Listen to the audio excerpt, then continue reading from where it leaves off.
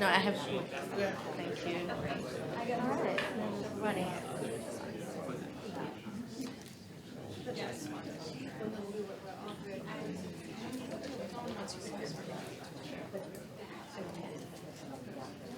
Good morning. Ena mana, ena reo, ena whenua o te ao, no reira, tēnā koutou katoa. My name is Rez Gardi. I'm a former refugee. I'm Kurdish, and I greet you in Te Reo Māori, the language of the tangata whenua, Indigenous people of Aotearoa, New Zealand, where I was fortunate to be able to be resettled and find a home free from persecution. And I acknowledge today that we're gathered here on the ancestral Lenape homelands and recognise the long-standing significance of these traditional lands for Lenape nations past and present. As the co-managing director of our seat, I've been in this space in the global stage since about 2015, working with a number of great refugee leaders, activists, advocates, allies, and have been honoured to work in the space alongside these people in the lead up to the Global Compact on Refugees. And together we've endeavoured to ensure that refugee voices are incorporated, are heard, and included in decision-making processes within the UNHCR system. And our seat as an international initiative evolved as a response to some of the frustration we were experiencing in the space, the excitement we had for opportunities that presented themselves, and also the variety of different gaps and potential that we could see for refugee leaders within the space to really be embedded and have a say in the decisions that impact our lives directly. So we work to enhance the effectiveness of global refugee response systems by co-designing refugee participation mechanisms to increase refugee participation in policymaking at the state and global level in ways that are meaningful, sustainable, and transformative. So on behalf of our seat and in collaboration with our partners, Refugees International, the New Humanitarian, and our co-hosts Canada, Australia, New Zealand, and Mexico, I extend a warm welcome to you all today. Good morning. Thank you for joining us today in what is probably the most bustling week of Anga in New York City, and amongst all the different events that are happening this week in the Big Apple. We're truly honoured that you choose to be with us this morning for this conversation on reimagining the global refugee governance system and empowering refugee leadership ecosystem for a more resilient future. Just by way of background, I wanted to share a little bit about why this event, why here, why now. The post-World War to refugee governance structures have remained unchanged since the establishment of the system, despite the unprecedented challenges we are facing as a globe.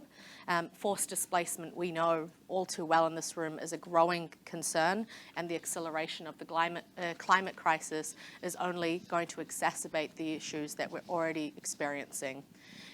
It is evident that the current strategies are inadequate to keep pace with the challenges that we're seeing and experiencing. And to address this, we need to reimagine our approach to refugee governance so that it can be more effective, more resilient, more inclusive, and sustainable. Humanitarian solutions on their own are no longer sufficient. With development and peace-building actors, they're required to address they're required to address the root causes and consequences of displacement together. Displacement is an issue that concerns the entire United Nations system.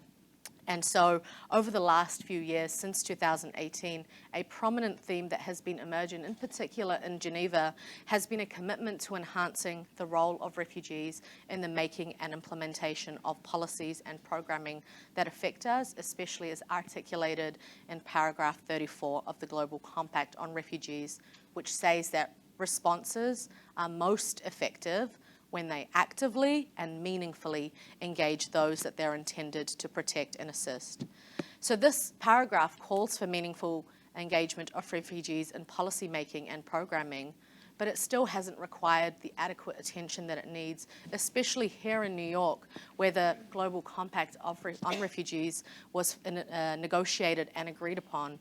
So this event is strategically placed at the heart of New York, the heart of the UN system in New York during this United Nations General Assembly, because we believe this critical topic requires attention from Geneva all the way to New York.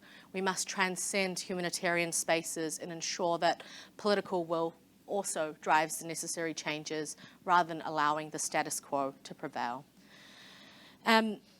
The refugee leadership ecosystem, comprised of refugee leaders, professionals, and officials within various different elements of the system, where they're working within UN agencies, working within INGOs, NGOs, within governments, within RLOs, refugee-led organizations, or other capacities, must be central to the transformation of the current system.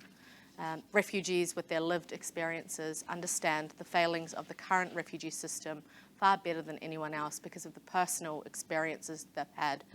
And they're more aware of the shortcomings as well as the successes of the current systems, and so are best positioned to reimagine how responses and the involvement of new actors can take place to make the system more accountable, legitimate, and effective.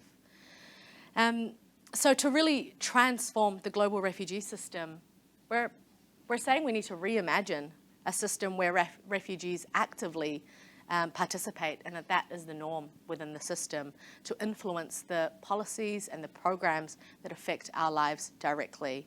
Our inclusion will make the refugee system more equitable, and so through this panel, we hope to highlight the untapped opportunities embedded within the refugee leadership ecosystem and the transformative change that can be achieved when such potential is engaged by the stakeholders that are involved, and that we all work together in a multi-stakeholder approach to make the system stronger. It's my great honor to be able to introduce this fabulous lineup of speakers we have for you this morning. So first, it is my great pleasure to introduce Ms. Marta Youth. She's the Principal Deputy Assistant Secretary of the Bureau of Population, Refugees and Migration in the U.S. Department of State, and has responsibility for the Office of the Executive Director, the Office of International Migration, and the Office of Assistance for Western Hemisphere. She was previously the Director of Central American Affairs in the Bureau of Western Hemisphere Affairs, and prior assignments include Director of the Office of Europe, Central Asia, and the Americas in PRM, as well as Deputy Chief of Mission at the U.S. Embassy in Nicaragua and Economic Counselor at the U.S. Mission in Ottawa, Canada. She's also worked at the U.S. Embassy in Quito, Ecuador. She's served overseas at the U.S. Embassy in Madrid as a trade officer, and in the U.S. Consulate in Chennai, India, as a consular officer. During her State Department career, additional assignments have also included assignments in Washington, D.C., including Country Assistance Coordinator for Russia and Moldova, South Africa Desk Officer, and Portugal, Malta, and Vatican City Desk Officer. She's been assigned twice to the State Department's Economic and Business Affairs Bureau. She's been in the Foreign Service for more than 25 years and is a member of the Senior Foreign Service. She has a BA in Political Science and Economics from St. Peter's University in New Jersey, and has pursued graduate studies at the Johns Hopkins University School of Advanced International Studies in Italy and in Washington, D.C. Thank you so much for joining us today, Marta. Next we have, further on my right, Sarah Smith. She leads the Homelessness, Refugees and Safe Water Initiative, as well as the disaster and program-related investments for the Conrad N. Hilton Foundation. She's worked in the humanitarian sector throughout Asia, Africa, Latin America, and the Middle East for 25 years. Prior to joining the foundation, she was the head of education, child protection, and youth livelihoods for the International Rescue Committee. And at the International Rescue Committee, she led the design of several historic programs, including the Ahlan Simsim, an early childhood development initiative with Sesame Workshop in Iraq, Jordan, Lebanon, and Syria, which won the MacArthur Foundation's inaugural $100 million 100 and Change Prize. She's been named as a leading global thinker by Foreign Policy magazine in 2016.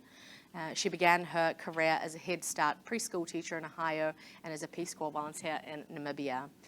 She's earned her master's degree in international policy from Harvard University's Graduate School of Education and a doctorate in education from Columbia University. Thank you so much for joining us today. And on the far right, we have Dr. Huri Tafich, who's the Program Manager for Refugee Leadership at Refugees International. Before joining Refugees International, she was a Program Manager for the University Alliance for Refugee and At-Risk Migrants. She currently also serves as an advisor for the United States Refugee Advisory Board, USRAB. Before arriving in the United States, she co-founded Spark 15 in Malta, the first refugee-led organization recognized by the UNHCR. In 2016, she was selected as one of 40 young leaders to represent young refugees in Geneva. In 2020, she was one of 6 women from the United States and Canada awarded a prestigious Margaret McNamara education grant. And in 2021, she was awarded an international fellowship from American Association of University Women. She has a doctoral degree in global affairs from Rutgers University. Thank you so much for joining us today. And last, but certainly not least, to my left, we have Jonathan Majok. He's a director of Refugee and Forced Displacement Initiative, RAFTI for short, at the Woodrow Wilson International Center for Scholars, where he's also the Deputy Director of Development and Senior Director of Grants Management. He was a senior program analyst with the Global Risk and Resilience Program, where he started as a program associate in 2013. His perspective on forced displacement and refugee issues are informed by his lived experience and scholarship. He studied the U.S. Refugee Act of 1980 that established the U.S. Refugee Resettlement Program, through which he came to the United States. As a former refugee from South Sudan, he has lived 13 years in refugee camps in Ethiopia and Kenya. He graduated from honors from the University of Arizona with a Bachelor of Science in Public Administration and Policy, and he also holds a Master of Public Administration from George Mason University. So thank you so much for joining us. As you can see, we've got an incredible lineup of panelists who bring a great diversity of educational experience, work experience, and lived experience from various different walks of life, and very excited to get right into the questions then. So starting first, what are some specific aspects of the current refugee governance structure that have proved inadequate for addressing displacement needs? And if possible, could you provide examples? Maybe I'll pose this first question to Jonathan. Thank you, Reese, and good morning. To be able to reimagine a system, a global system, we need to think of the shortcomings that are within the system. And I will briefly talk about some key aspects related to assumptions, mindsets, behavior, and governance in the current system. So first, we all agree that the system is outdated, and it has been established, for more than 70 years. It has served humanity for that duration, but the scale of the current forced displacement challenge are not. The system is not relevant or has lost some relevance to it, and therefore we need to think of a new structure, not to disband the system, but find ways to reform it. The system has flawed assumptions, and one of the assumptions is that forced displacement is a temporary phenomenon, camp-based, and that was the assumption of the 20th century. Right now, research, and we all know that forced displacements are protracted. More than 60% of refugees live in urban, and so it's no longer camp-based as it was envisioned 70 years ago. And so that assumption is flawed at the current moment, and we need to rethink it. There is then a mindset that excludes lived experience of the refugees and viewing them as passive victims. I think there is a need to shift that narrative to frame that refugees also have human agency. They have lived experience. they know the context, and therefore can be key players on issues that affect them. And that mindset needs to change, that frame refugees as passive victims. That is a shortcoming of the system. We also have the behavior of the state. The current system is biased toward the states. So the state has control over this. And the behavior that we do not have an enforcing mechanism, that accountability mechanism, that if a state fails its obligation, especially under the 1951 Geneva Convention, what are the consequences? That is a key failure in the system, because a state can do whatever they want to do, regardless of the obligations. And even those who have signed the 1951 Geneva Convention, they are free riders. So that behavior need to somehow be controlled. So the absence of accountability mechanism is a shortcoming in the system. And then what, the UN system in general was established for all countries to cooperate on an issue that is beyond one country. And this the spirit of responsibility sharing. Right now, in the state of responsibility sharing, there is responsibility shifting, where some countries push refugees away from their borders and they want them to be in some region. And I think that needs to change. There are countries that are hosting a large number of refugees. In the spirit of responsibility sharing, we could provide them resources, but they are struggling. And every year there is this chronic shortfall in funding. And finally, and then I'll give a chance to another, is that the governance structure. The global refugee structure has become a huge bureaucracy. It is very complex and difficult to navigate. And one example is when the UNHCR Executive Committee was established as a decision-making body more than 70 years ago, there were 20 member states in the committee. And then the number increased to 102 in 2018. And now we are at 108 member states in the executive committee that make decisions on behalf of refugees, the UNHCR. That is simply ineffective. But with that, there are no refugees in the decision-making body on issues that affect them.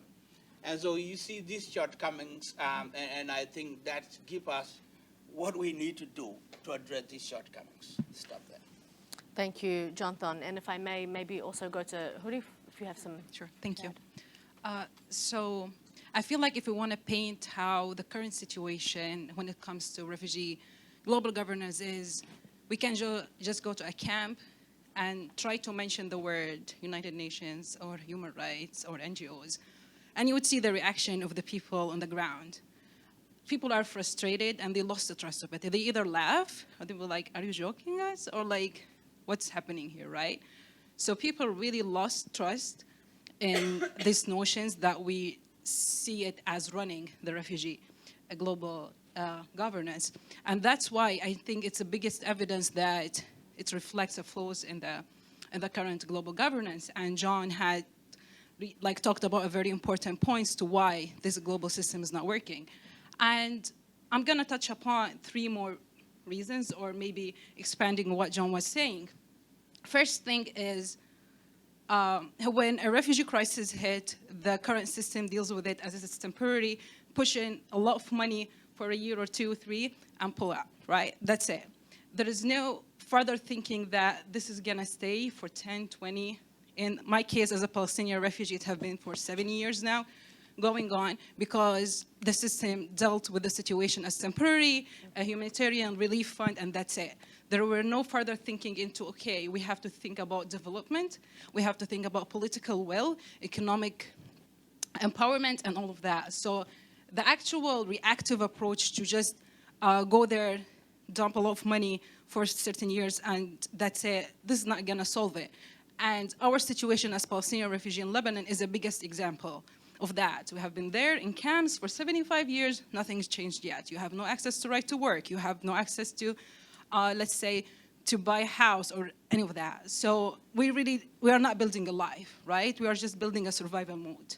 And I see this situation again and again repeating itself now with the Syrians and with the Libyans and even in Africa, it have been going on for long that we have to rethink it. The second thing is also, as Jonathan was talking about, is the lack of refugee access to decision-making tables. If we have to go now and see, they have been including refugees on the tables, but it have been always, we bring a refugee to tell their stories, for sure, make us feel good that, okay, we're helping refugees. But then when the policy talking happening, we have to leave the room, right? This is how it always is.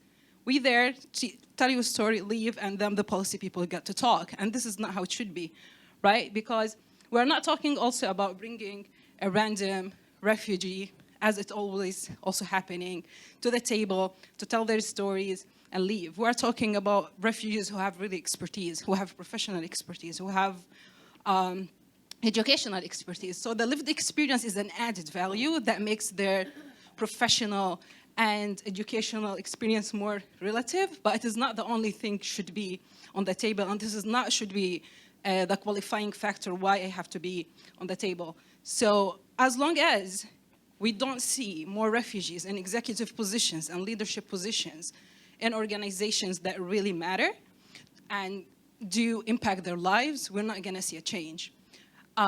If I'm not mistaken, the first Higher Commissioner for Refugee was a refugee himself, but now we are 7 years later, we didn't see that happen. And if we have to think about it logically, I cannot comprehend that among 100 million people, there is one qualified person to be in that position. So it's just we have to rethink how things are happening. The third thing is about funding for refugee-led organizations. Refugee-led organizations are very underfunded. We know also not only refugee-led organizations, they are part of the local system, right? And local organizations are underfunded. We know it's less than 2%. But when we talk about refugee-led organizations, it's even less than 0.3%. So even though they are underfunded, they have proven very successful in delivering impacts because they are the one on the ground, right? They're the one that leading the work. During COVID-19, they have proved that they were the first one to respond on the ground when outside organizations couldn't really make it. So when it comes also to funding, it's a big issue. So if we are talking about reimagining the system, and this is not an easy thing, and we're imagining a system that have been there for 7 years now, we're talking about changing at different levels, on individual levels, on institutional level, on government level. Some individuals do need to lose their jobs because they have not been there. They shouldn't be there in the first place. While others, for sure not everyone. But if we have to think really logically and practically, yes, governments need to rethink policies and need to rethink funding mechanisms. Philanthropy, the same, they need to rethink. So in order to get there, we really need, as Jonathan was saying, a full society approach where different stakeholders really have a role here. Thank you. Thank you, Huri. And I think both Jonathan and Huri have mentioned that to reimagine the system, we're not talking about disbanding the current system exactly, but thinking of new ways that it can be enhanced and work better, because obviously in the state of the world that we're living in, negotiating a new refugee convention might not lead to more rights, but rather less rights. So thinking about having what we've already got that on paper is great, but how do we, at a practical level, ensure that it is effective and legitimate and accountable to the people that it's intended to protect and serve.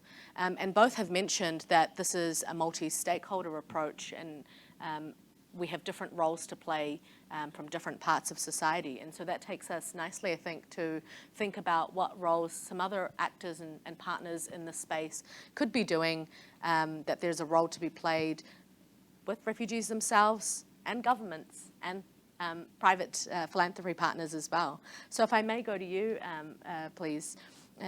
What do you think the role of governments is in responding to some of these shortcomings that our panelists have discussed to ensure a more inclusive and resilient refugee governance system can be taking up this big challenge?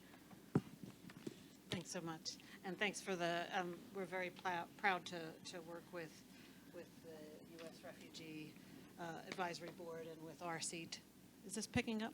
Yes. Does it need it? Yes. All right. And other refugee-led organizations. This is. We think it's so important for refugees to actively participate and influence policy decisions. And I don't want to contradict one of the speakers, but I will.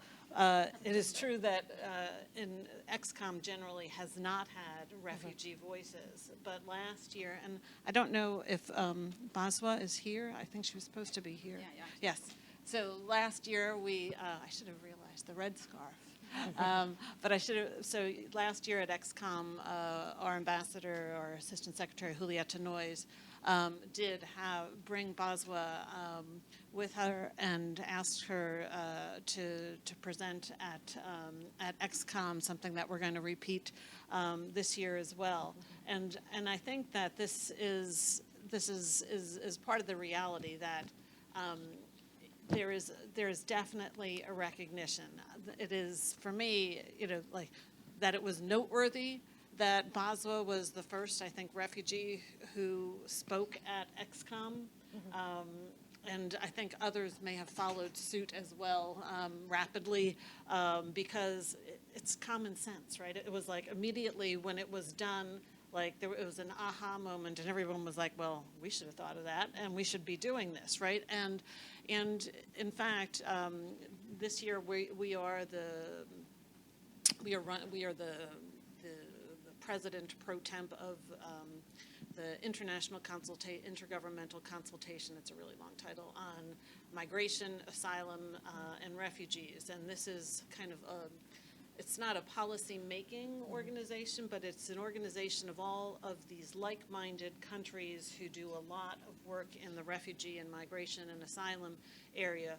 We hosted in May a senior officials meeting in Washington, D.C., and we also, in recognition that at none of our ICG meetings in the past had we ever had refugees present, we spent the entire morning with several panels, including people present in the room, to actually hear refugee voices. So we didn't then usher out the refugees and make policy. It wasn't that kind of meeting.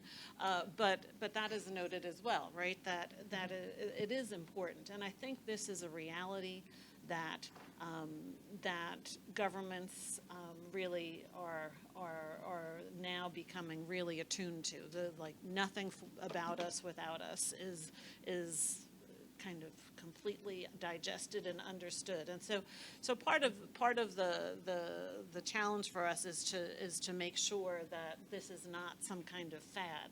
This is something that going forward, in my notes, I saw somebody wrote, we make sure that there's a space at the table. I kind of cringed when I saw that because it's not kind of like, oh, let's pull up the extra chair and squeeze somebody in. There should always be a seat at the table for the people who have the most in tune experience and perspective. So that is definitely something that is positive.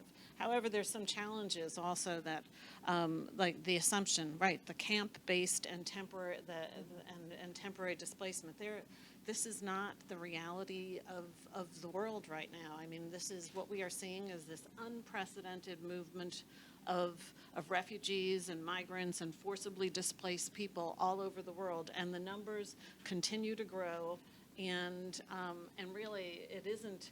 I always think of PRM as the bureau in the State Department that does the humanitarian funding, but I always think that we are kind of the Band-Aid. The funding that really needs to be focused on is the funding that deals with the root causes. What are the structural reasons that people are on the move, and what is it that can be done to provide people with options to actually stay, right? And not everybody is going to have an option to stay in their country. There are reasons that people flee for persecution and so forth that, you know, cannot be mitigated by development assistance. But there's also assistance that can be provided, and one of the things that we're looking at now is this massive movement of people due to climate, right? So what is it that we can do to help with an adaptation and resilience? And I know these are not, I do not want to get into the climate refugee, climate migrant debate, so we won't. But one of the things when we're looking at just people who are forcibly displaced, we know that once somebody is displaced once, the chances are that they will continue to be displaced unless kind of the issues that have moved them have been dealt with. And so these are all challenges that I think as we look at the protracted nature of displacement and these prolonged refugee situations that we're now seeing, we need to really, as John so succinctly laid out, we need to really kind of look again at our assumptions starting out, and look at what new tools we can bring in to kind of advance some of the progress in some of these issues before people actually have to move or move again. Thank you. And it's important, to acknowledge the work that some governments around the world are doing to ensure that refugees are included.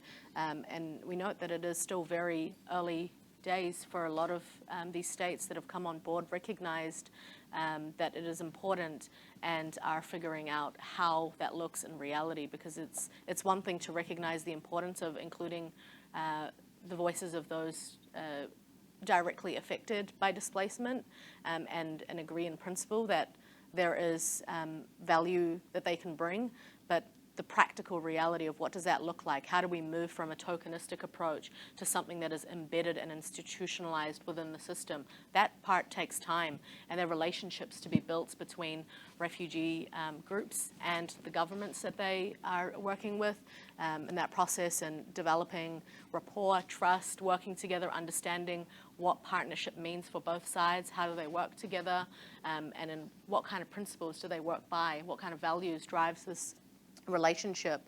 And at the work that we do, with the work that we do with our seat, we're working with a number of different states to institutionalize refugee participation in policy making, the U.S. of course being one of them, and we've got representatives from the United States Refugee Advisory Board here in the audience and as part of the panel, and in Canada, in Germany, in New Zealand, in Australia.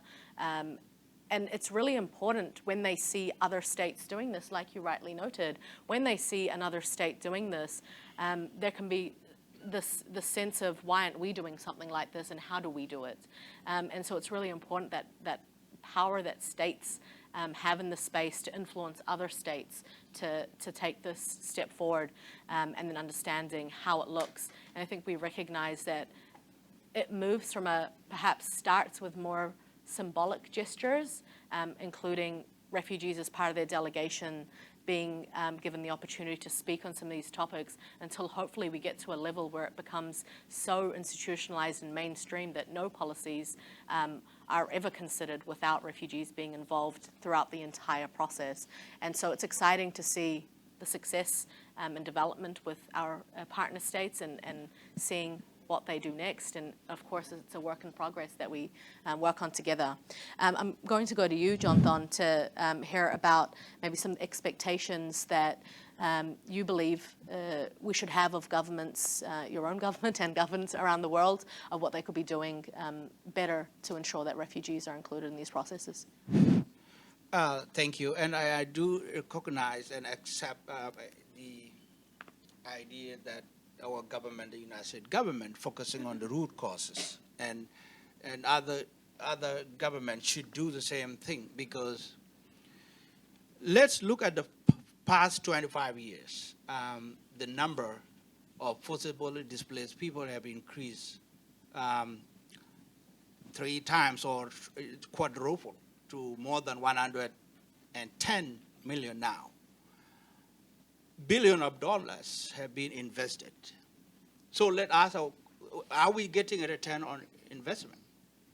There must be something wrong. And this is why we are talking about reimagining the system. Should go beyond symbolic gestures or inviting refugees to be guest speakers or ambassadors of goodwill. We need to integrate them formally into the system. And there is a recognition, the trend now toward refugee participation. Recently, the UNHCR defined the refugee-led organization. That is really a significant step because it acknowledged that these RLOs are really integral, should be really acknowledged. The example of the executive committee of the UNHCR, which is a decision-making body, of having no refugee formally part of the decision-making is something that we need to rethink, because it's not just like what the United States has done. It's leading by example, bringing refugees in those forums. But it goes beyond that. They should be formally part of the decision-making in order to bring the context to this. Let's think, who is actually at the decision-making table here at the UNHCR? There are countries that actually chase refugees away from their countries, and they are part of the decision-making. Those countries need to think why their citizens live in the first place. And if refugees are represented in that, I think they can go beyond simple statement by governments of member states.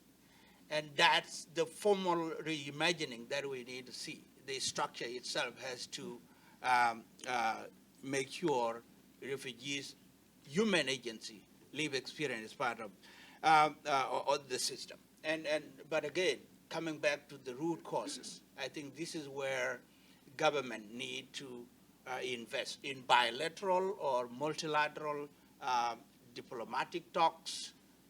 These countries that have wars, conflict, are our bilateral partners. What do we say to them when we meet at the table, at the government level? I think these are the things. And then continue to recognize that lived experience bring a different context. People with lived experience speak from their hearts. That is not lip talking. And I think that brings a context and that people move to act on these issues. Thank you. Thank you. And we've been that's my mic. Thank you. Is it still on? I didn't break it? Okay. Great. So a little dramatic pause, and now back to it. We've been talking about the role of governments and refugees working together, and now I'd like to introduce to the conversation another really critical and important player, and that's our philanthropy partners. So Sarah, turning to you now, what role do you think philanthropy has in responding to some of the shortcomings that we're seeing within the system to ensure that we have a more inclusive and resilient refugee governance system? Sure, thanks, Rez, and it's so great to be here with all of you. I think philanthropy plays a really important role in 2 ways. One, I think with funding, obviously, and also with advocacy. When it comes to funding, we obviously don't have the biggest checkbooks in the room, and we don't have as much resources as the bilateral and multilateral partners. But we have much more flexible funding. We can fund things that governments have a harder time funding. We can fund refugee-led organizations and refugee leaders directly. And we can push others to do that. And we can fund in ways and things that others might be resistant or reluctant to do at the outset. So we can fund multi-year programs when others maybe aren't able to or are unwilling to, and show that multi-year funding is really important. we can fund things like economic development programs and long-term education programs for refugees, when often the system isn't funding those kinds of things, and demonstrate how important they are. On the advocacy front, I think we have a couple different roles. First, we can, as philanthropy and as people in philanthropy, speak out ourselves about issues that I think it's harder for especially implementing organizations to speak out about. I think we can be a little bit more impatient, perhaps, and I think Jonathan speaking about refugees engagement and this sort of, I think that in many ways there's too much patience in the system. We can talk about how refugees shouldn't be just a seat dragged up to the table and a participant, but actually leading the system itself and leading the decision making, and speak out about the reforms that need to happen within UNHCR, for instance, and UNHCR's leadership, but also what UNHCR's role is in the system itself, and as a decision maker, but also an implementer, and really push boundaries. But in most ways, more importantly, we can fund advocacy organizations and fund refugees as advocates, and ensure that refugees and the organizations here are able to advocate in ways that are really going to make the change that is ultimately needed. Thank you very much, Sarah. And I think it's important to acknowledge the Hilton Foundation as being one of the few in the space that are funding so many refugee-led organizations that do focus on system change. Because I think sometimes that can be difficult for some funders to understand the work you do around advocacy and trying to change the system versus traditional funders that might just want to fund direct humanitarian and aid delivery kind of work. So thank you to you and our other partners that have been so supportive behind this work and pushing us from behind the scenes to get the system change that we so desperately need in the space. Hudi, I might go to you as well to maybe add your perspectives of what you think funders and philanthropy partners can be doing more in this space, and maybe a call to some that have not come on board yet, but maybe thinking. So how can we encourage that? Sure, thank you. So I see, as Sarah was saying, and as you said, Rez, yes, philanthropic partners have been really supportive in the, what we say, refugee leadership movement. And as I was saying before, when we started back in 2015, it's so different than now. We're talking a movement that have been going for 8 years. And we acknowledge that we have some steps that have been done, but also, as Jonathan said, there is more to come, hopefully. When it comes to funding, I believe there is a trend from funders, private funders, toward funding refugee-led organization of refugee leadership, which is great and have led to really very positive results so far. But I also see that there is some kind of, because it's a trend, we don't, like, the only thing that I think about, we don't want the funders to get lost in this route of funding just for refugee leadership cause, because I feel some organization jumping on the trend for funding purposes, not for a change purposes, right? So they know that the funders are now interested in that. Funders are really leading a movement toward refugee leadership. So how can we make sure that the funding is really effective and going to the right place and doing the right change we really hope for? And this is also relates more on how the funders, even if private funders, are in touch or in collaboration and partnership with refugees themselves and refugee-led organizations themselves, while also strategizing, right? And I think this is something also, as someone who talked with Hilton Foundation and Hilton funders, I feel like one positive thing is the flexibility that I had when dealing with Hilton. Like, yes, if you think this is the right thing, we're backing you up, right? You can do that. So the flexibility when it comes to funders is really important when it comes to these issues, because refugee-led organization is a bit different in complexity and nature than others. And the second, also, as I said, to make sure that it is not just a trend and we're jumping on in the trend of refugee leadership, but really the money is going to the right places and doing the right change.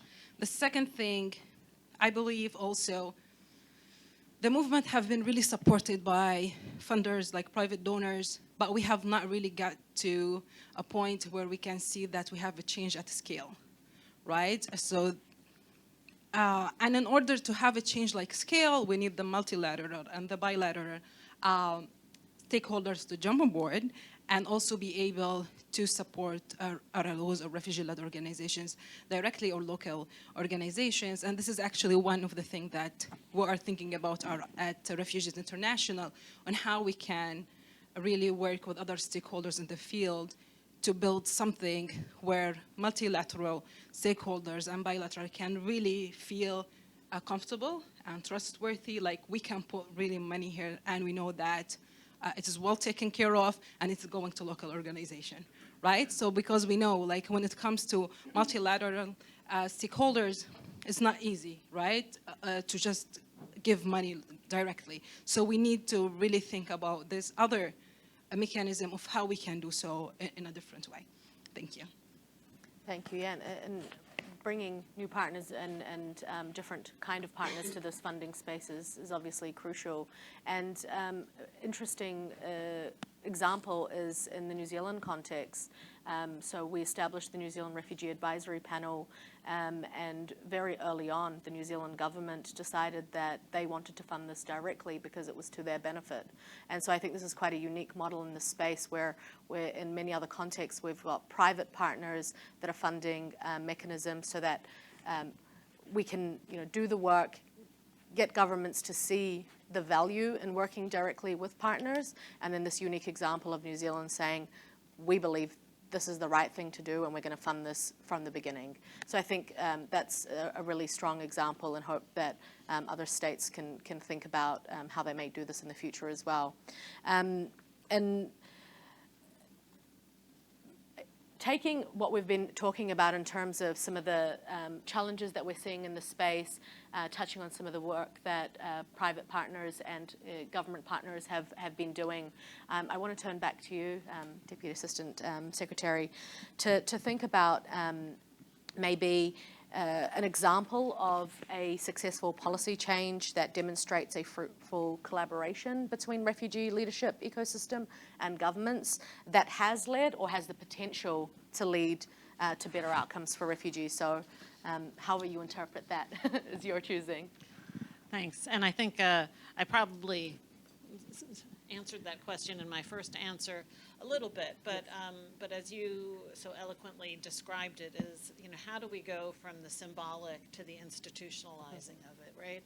And I think we're on that road. I don't think we're 100% there yet, but it has been now the IGC meetings, the XCOM meetings, the ATCR meetings as well. We have now, it is becoming the thing that we make sure that we're doing, that we make sure that refugee voices are in the room. And I will say that the Bureau of Population, Refugees, and Migration is an unusual bureau in the State Department. And I've been in, my bio says 25 years. It's actually more like 32 years I've been in the department. And nowhere else in the department quite has the culture of PRM.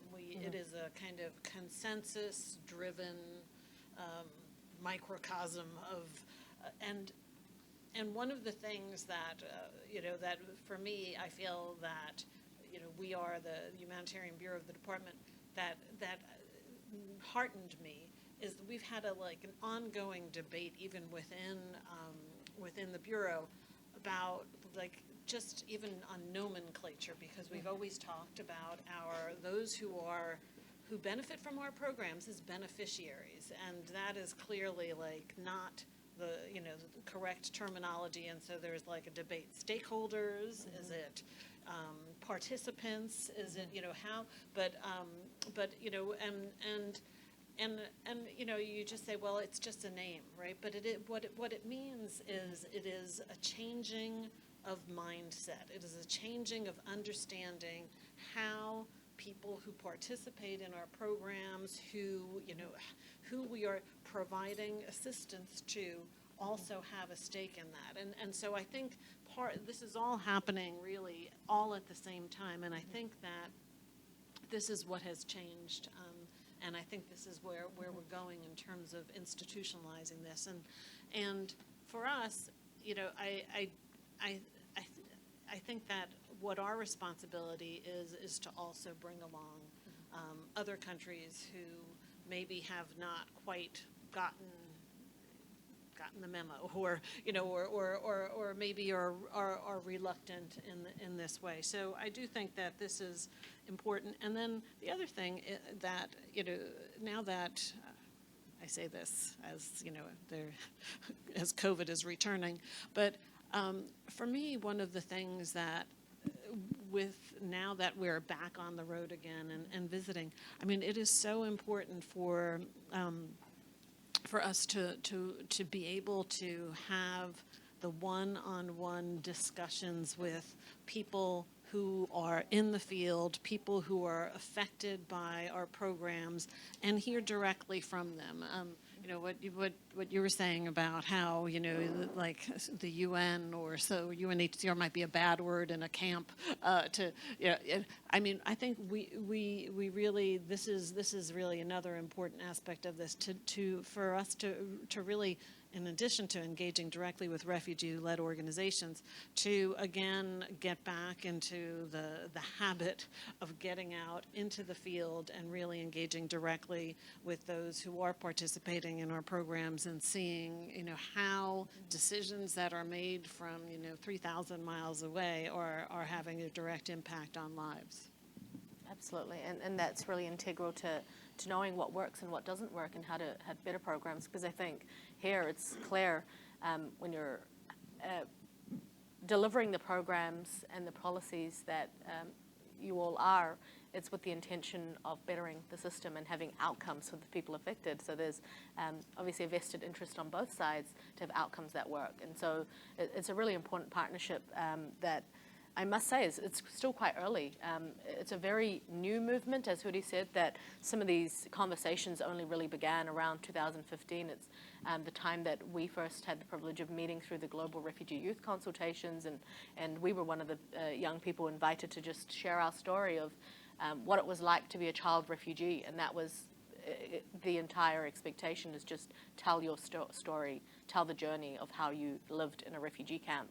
And then since 2015, it's not that long ago, we've come a long way actually in quite a small space of time. And I think despite identifying the challenges that still exist, it's important to also take a step back sometimes and see how far we've come within this short period, and what things have been working, and what partners have enabled this progress since that time, and how we can better even ask for the demands that we have to ensure that the system is better. It's a new movement. We're all learning. We're all on this journey together. And with each of these experiences, I think our seat is uniquely placed to reflect how different states are engaging with refugees, and then learning in that process what worked, what could be done better next time.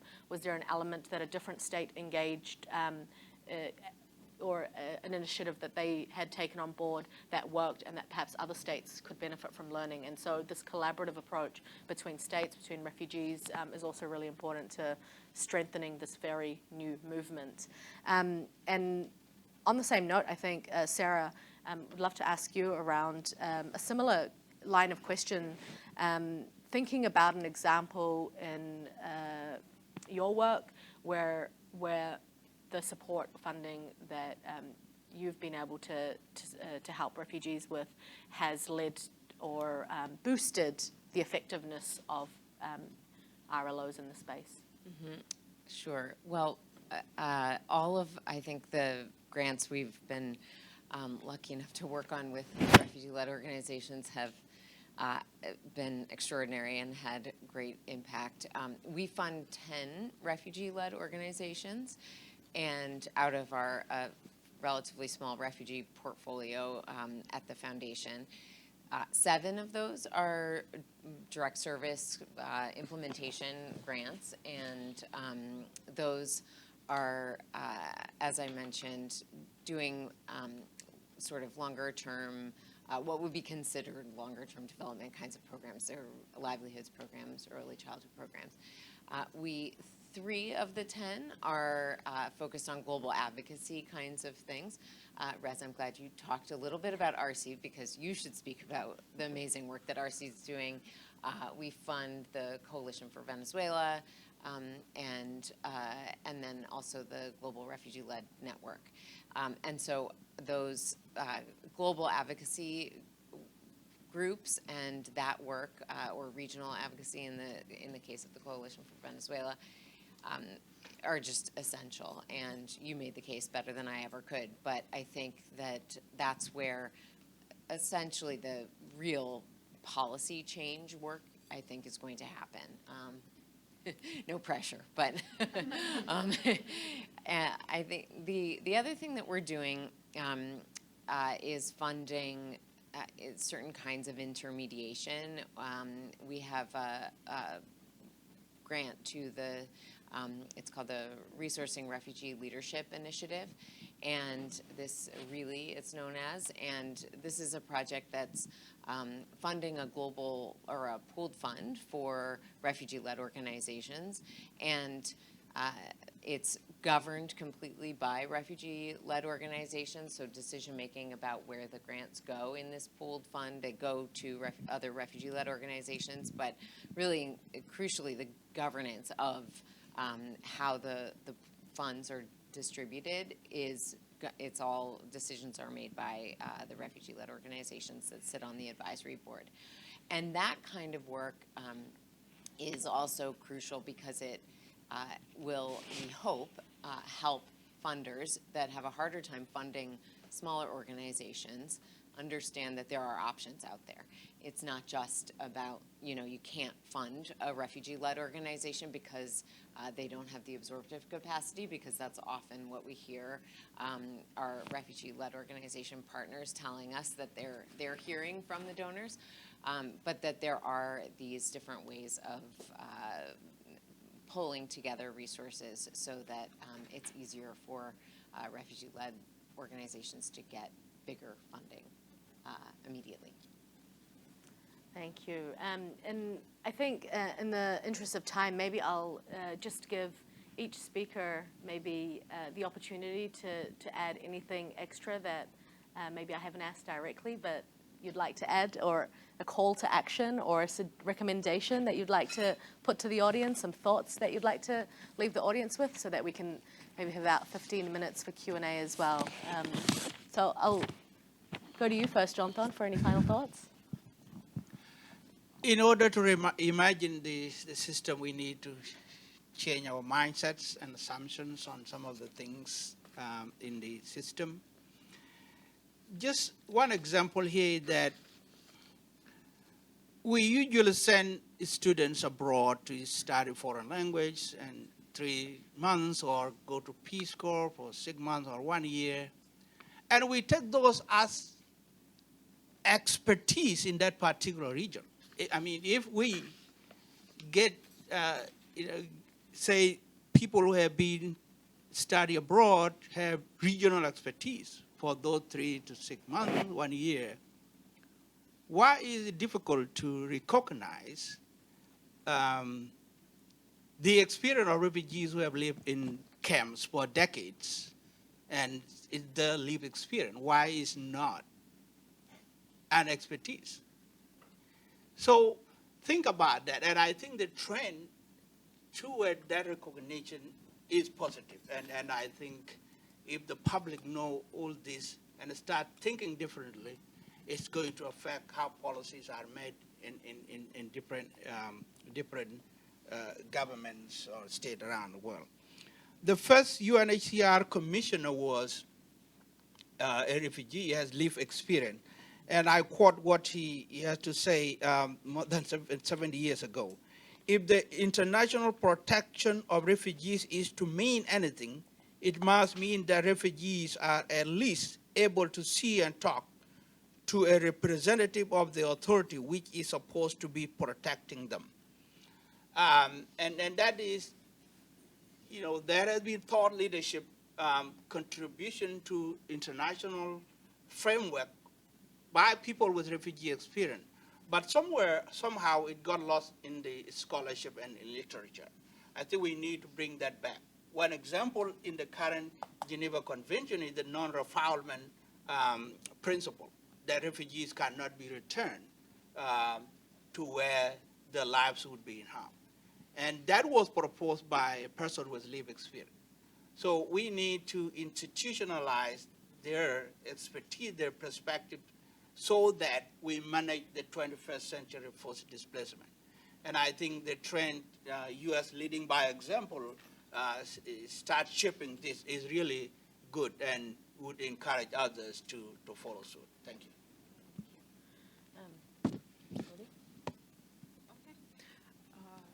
I mean, not like a call to action, but what I want to say is what Jonathan was talking about. Yes, that we're moving in the right direction, hoping, and I don't know how many years we won't be able.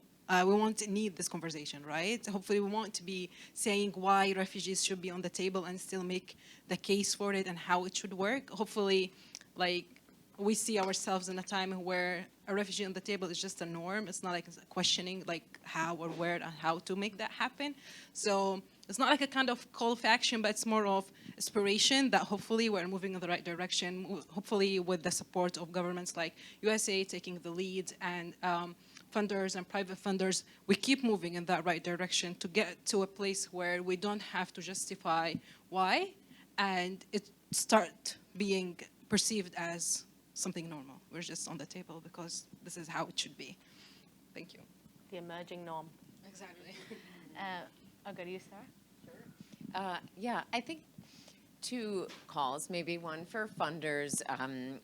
It's an obvious one, but I think really investing in refugee leadership and refugee-led organizations and finding ways to do it. It's not that hard. It's, you know, I know there are huge challenges in the bureaucratic systems of funders and that are not easy to overcome, but I think that funding refugee-led organizations is really a very easy first step that should become the norm as well.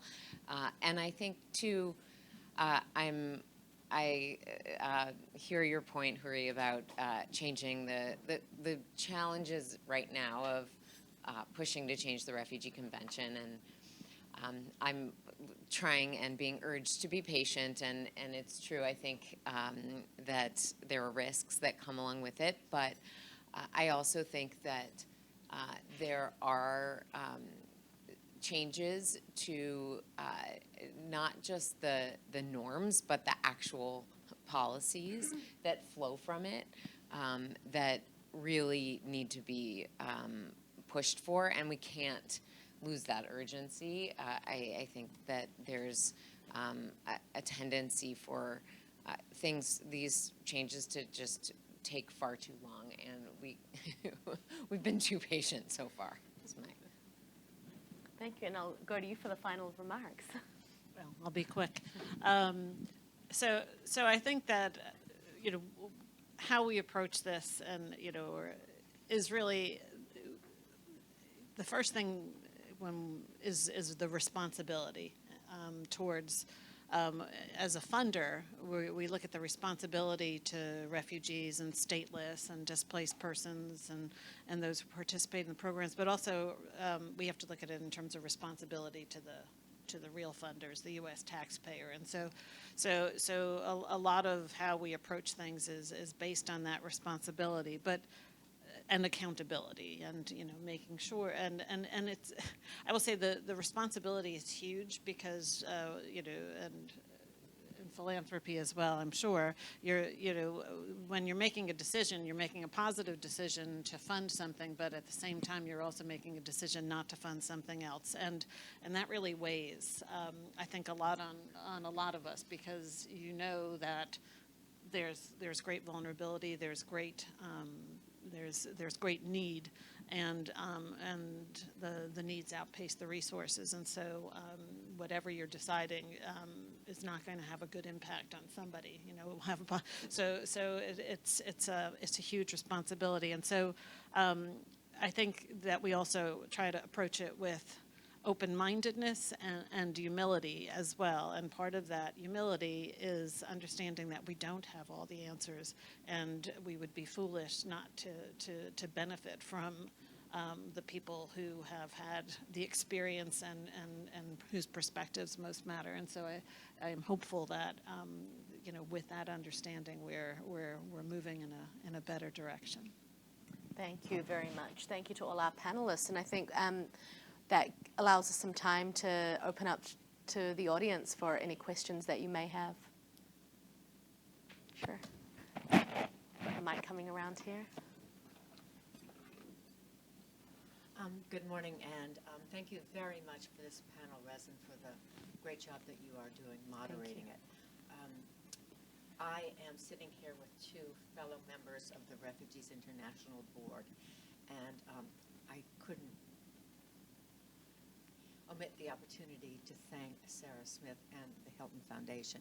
You really are doing an extraordinary job. Thanks to you, Refugees International House Fourier, because you are funding a very, very important organization, program that we have at RI, which is to include refugees in a mentoring capacity. And it's really been brilliant in the early days. But, I wish more philanthropic organizations could learn from what Hilton is doing, because you really set this stage. Sarah, I also know you from your work at IRC, because I've been on the IRC board since 1995. So I'm very, very pleased to be able to hear from all of you, Jorge, too. And I know PRM very, very well from my days in state. So I'm always, always impressed by the PRM performance.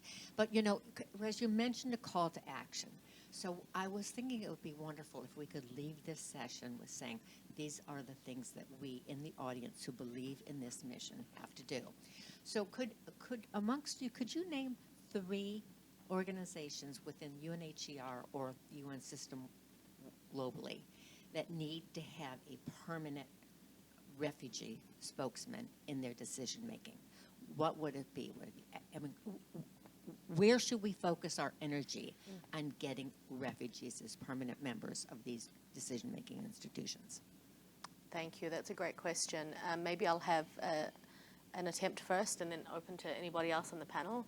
I think my perspective would be that it's not any one organization, but we need to think about how we reimagine the system to not put refugees on the side here. So this is the refugee advisory body for UNHCR, or this is the advisory body for this mechanism, and that is the only way refugees can ever exchange their views with outside external parties. But actually think about how do we revolutionize the system so that we've got refugees embedded throughout. We've got refugees in the pipeline to reach senior positions within UNHCR, because currently we don't have that. Right now, most of the positions that UNHCR is available for refugees are volunteer positions or very low P1. And we know that there are refugees that have the ability, the experience, the education to be managing departments and teams within UNHCR, but they're just not getting those opportunities. So how do we ensure that there's an opportunity, the pipeline that ensures that refugees are in the consideration for these positions in the first place?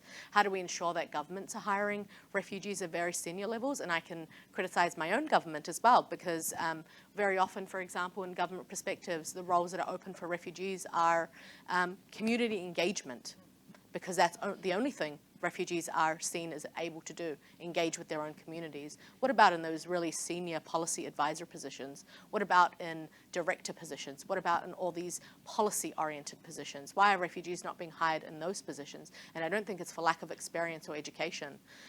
So embedded throughout the system there, within INGOs and NGOs that have influence in the international system, are they hiring refugees for these kind of positions? And there are a few organizations that are doing this, but it needs to become more of a thing. So not just hiring refugees at very low-level positions, and then that's it, or it's usually for very short-term, temporary positions, but actually thinking about embedding them throughout their organizations.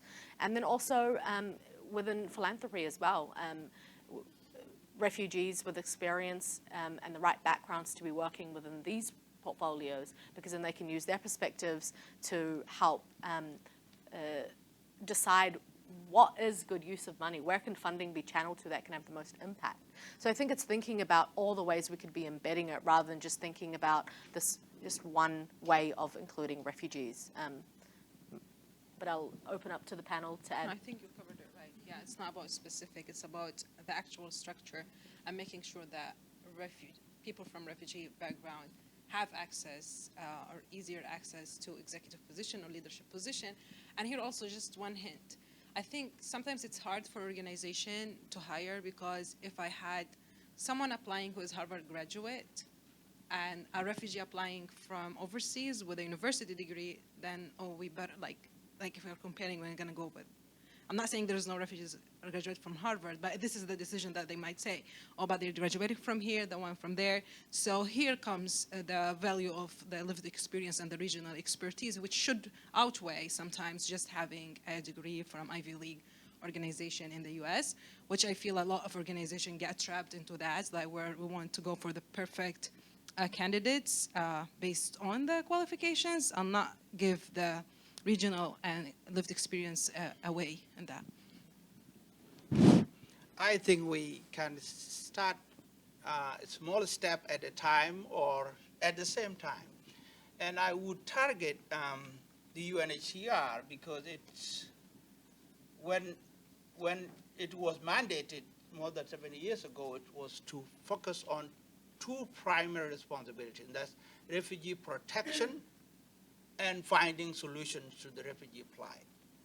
And if you assess how it has been now in these several decades, you can see that it has either exceeded its mandate because it's focusing more on other things, or there are things that are hindering the agency in terms of decision-making from making progress on these two fronts. The executive committee is the decision-making body of UNHCR, and I think having institutionally, formally having refugees represented in that body, I think we should start there. And we can use the model that is used by the ILO, the International Labour Organization, where it's a multi-stakeholder. There are workers, there are employers, and then other stakeholders. And so if in this body we have member state represented, we have to have refugees represented too, so that when decisions affecting refugees are made, there are countries there that are autocratic, that have actually made it so hard for refugees to return to their home countries. And I think the dynamic could change a little bit if we have that perspective. So I would start with the executive committee of the UNHCR. I'm going to just jump in. I mean, the U.S. government hiring is not, flexibility in hiring is not, kind of words that are not said together. However, I will say that because of the mission of the Bureau of Population, Refugees, and Migration, we tend to attract refugees who are on our staff, but not necessarily like all saying, I want to work on policy issues. I have a refugee on my budget team, right? I mean, who just want to, in whatever way they, whatever is the thing that floats their boat, it's numbers, which is not my forte, but hers it is. So people have come on because they want to contribute to the humanitarian mission and the refugee mission. And we did, and even though I just said that we don't have any flexibility. We have recently brought on several refugees as contractors, and so and which has been extraordinary for us and a great experience. And so this is so even in like the place where you think it's not going to happen, we've been able to make some progress in this as well. That's great. And that's an example of ways that maybe where it's difficult to hire because of laws or certain policies in place, there are ways to get around that through contractor or other opportunities. Would you like to add anything to that? Well, I'll just second John Thon's point, and thank you, Maureen. I agree. It should target UNHCR, and I would say with the Global Refugee Forum coming up, we could demand that they set a target for XCOM for their global staff. There's a lot of movement in UNHCR staff, and I think it's very possible. Thank you, Maureen, for your question. We have one over here. Sarah? Yes. And then I'll go to you. Thank you. Hi, my name is Sarah. I'm with Refuge Point, and I'm the head of our development team. And so one of the things that I think, we have a lot of capacity in development. And when we are applying to foundations, it's often a steep climb. It takes a long time, a lot of capacity to get grants. And so I'm curious, Sarah, maybe you are best to answer this, but to hear from others as well. If we're trying to shift, some of this funding so that it's going to refugee-led organizations who do not have these big development teams that have the time and energy and capacity to really put together, very detailed proposals for restricted funding. I'm curious if you're seeing at Hilton and in other foundations a move towards more trust-based philanthropy with RLOs, or if there is this expectation that RLOs will need to go through the same very, I think, complicated isn't the right word, but like more of a complex process with a lot of restrictions for funding. Yeah, so many things to say.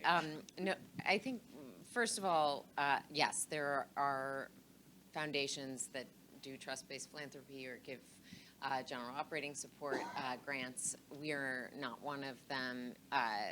Well, we do some of that, but not as much as some others. And I would say it's sort of a trend. There are some foundations that do it and they're really important part of the ecosystem. I would also say, in general, all funders should be less onerous in their requirements. I mean, it just is unnecessary, and usually it's not helpful for the donor either. I would also, and I think this is the most crucial point, is I see no difference in capacity or the ability to apply for a grant between a refugee-led organization and other organizations that have a big fundraising apparatus. Honestly, I think a lot of the big fundraising apparatuses are so divorced from reality that they have a really hard time applying for grants because they don't know what they're talking about and don't demonstrate that they're able to implement a program really well. So they might be able to tick a box very well, but, and I have been part of that apparatus, so I can criticize it maybe. But I think the refugee-led organizations that we've worked with have really the kind of skills and expertise that we are looking for as a donor, and I think other donors are too.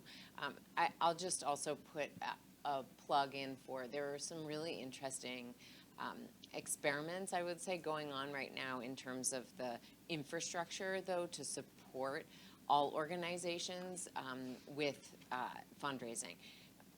One of the most frustrating things, I think, for organizations is that they have to use program staff and people who should be responding to a crisis or implementing a program to actually fundraise.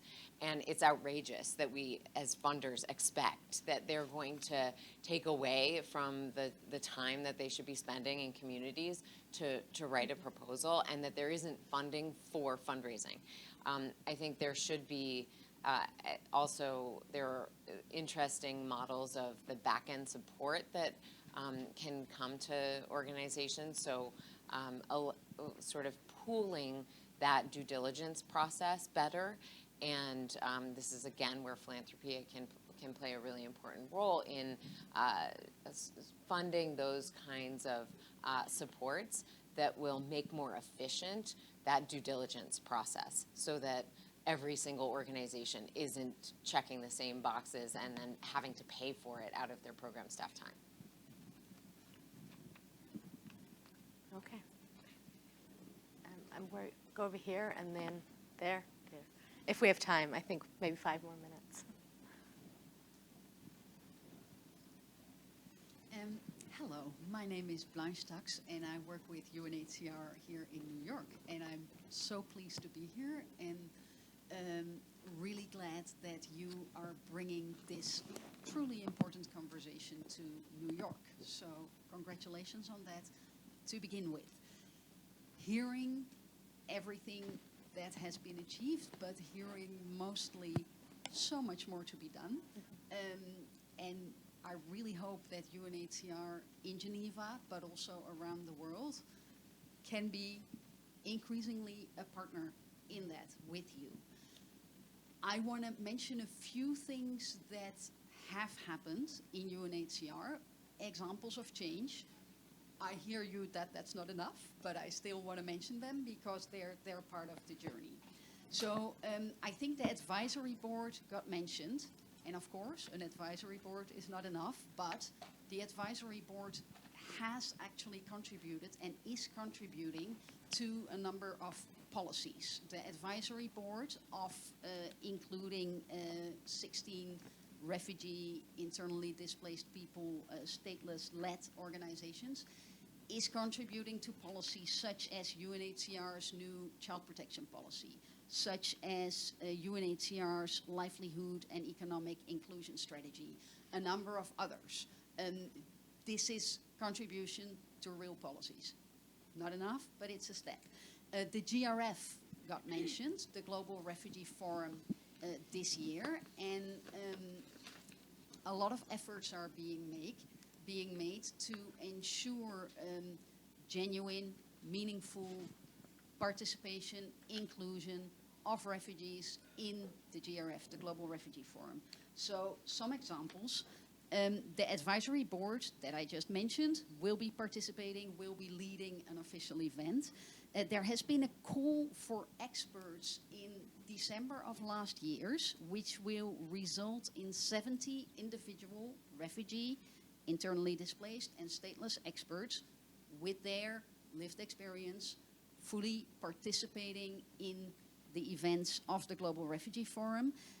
There will be 50 forcibly displaced and refugee-led organizations participating in the events of the Global Refugee Forum. And of course, as per the good example of countries like the United States and Canada, other state delegations are strongly encouraged to also include refugees in their delegations. Then the last thing I want to mention is the work that is going on. As I think you all know, the Global Refugee Forum uses pledges, and one of the pledges that is being worked on is the multi-stakeholder pledge on advancing localization in displacement and statelessness responses. The work on this pledge is supported by a group that includes refugee-led organizations, and they are working on 3 thematic areas. One, the funding to local actors with a focus on access, quality, tracking of funding to local actors.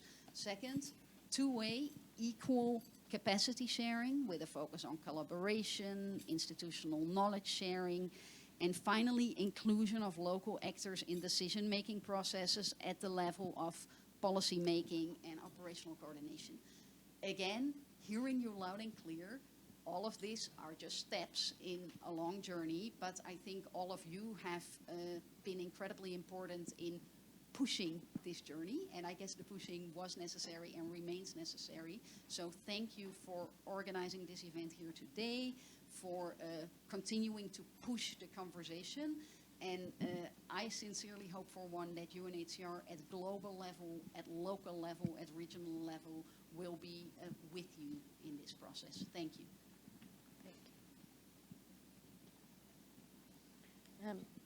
I think we're at time now, so we're just going to have to end there. But thank you very much for your insightful questions throughout the audience. Thank you for your engagement, and thank you once again for choosing to be here despite all the other places that you could be in this beautiful day in New York City. And look forward to continuing this conversation from Geneva all the way to New York again. Thank you all. And thank you to our panelists. Thank you.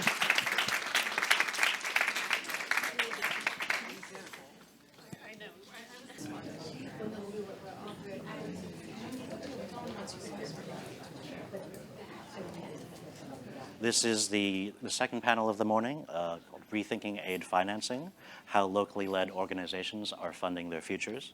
It's presented by the New Humanitarian, START Network, Near Network, and the White Helmets. My name's Erwin Loy. I'm the policy editor at the New Humanitarian. We're a nonprofit newsroom that covers global crises and the people who are trying to respond to them. Just a quick couple of housekeeping things. This event is being live streamed, so hello to everyone watching online. We've got a really tight schedule, about an hour, and a lot to get through. So I'm going to encourage everyone to be quite brief, but I think we'll have time to get to everything, and a bit of time for questions at the end as well. So here in the audience, please think of some of the things you'd like to ask our panelists. And online, please tweet and tag, or X and tag, New Humanitarian.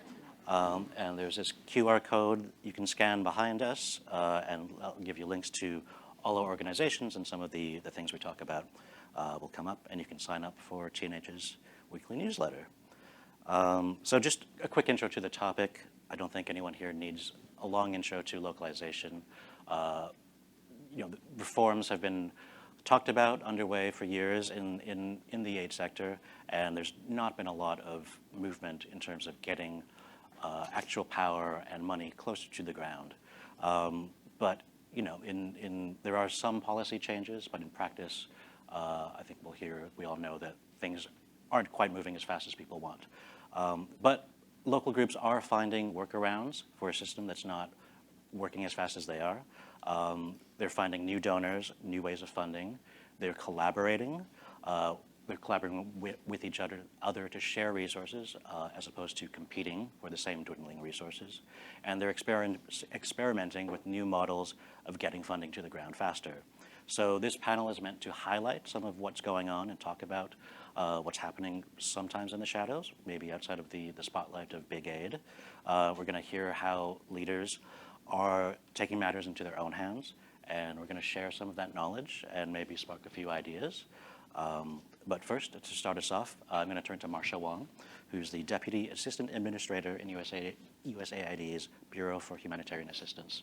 Get started, please. Great, thank you. I've been told by Erwin I must use the mic. Does this work?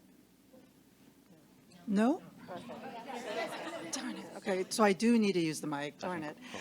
Thank you, Erwin, and good morning, everyone. And it is a real pleasure to see all of you in real life and in good health. And also, thank you to all the virtual participants who are beaming in today, too. It is an honor and a privilege to be on the stage with many of these colleagues who I know the Bureau for Humanitarian Assistance has had some long and strategic engagements and partnerships with. And we will continue to learn from all of you on what is a very critical topic at a critical time. I have a feeling that there are many in this room who may be working 24/7 now on the truly tragic events that took place in Morocco and Libya in the last week. And we are still continuing to work on the global protracted crises, the climate shocks, and the long-term humanitarian and development challenges. So critical topic, critical time. What I wanted to be able to do is tell you a little bit, if I may, on, first of all, let me assure you that BHA is fully aware how difficult it is. And we need to take on the responsibility of being one of the biggest donors in humanitarian assistance to make it less difficult to have funding going to the local organizations. Even this morning, if you can bear with me, and Erwin's going to grab the mic at some point, I was looking through the remarks that were prepared for me, and I felt I need to give you a little bit of a pulse check on where we are. Keep the pressure on us.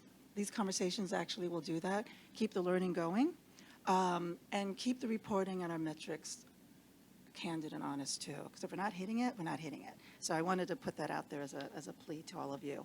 BHA certainly has a history to build on. We have done, if we may, localization work, particularly in the areas of disaster risk management. Asia and Latin America, Caribbean are really good examples for that.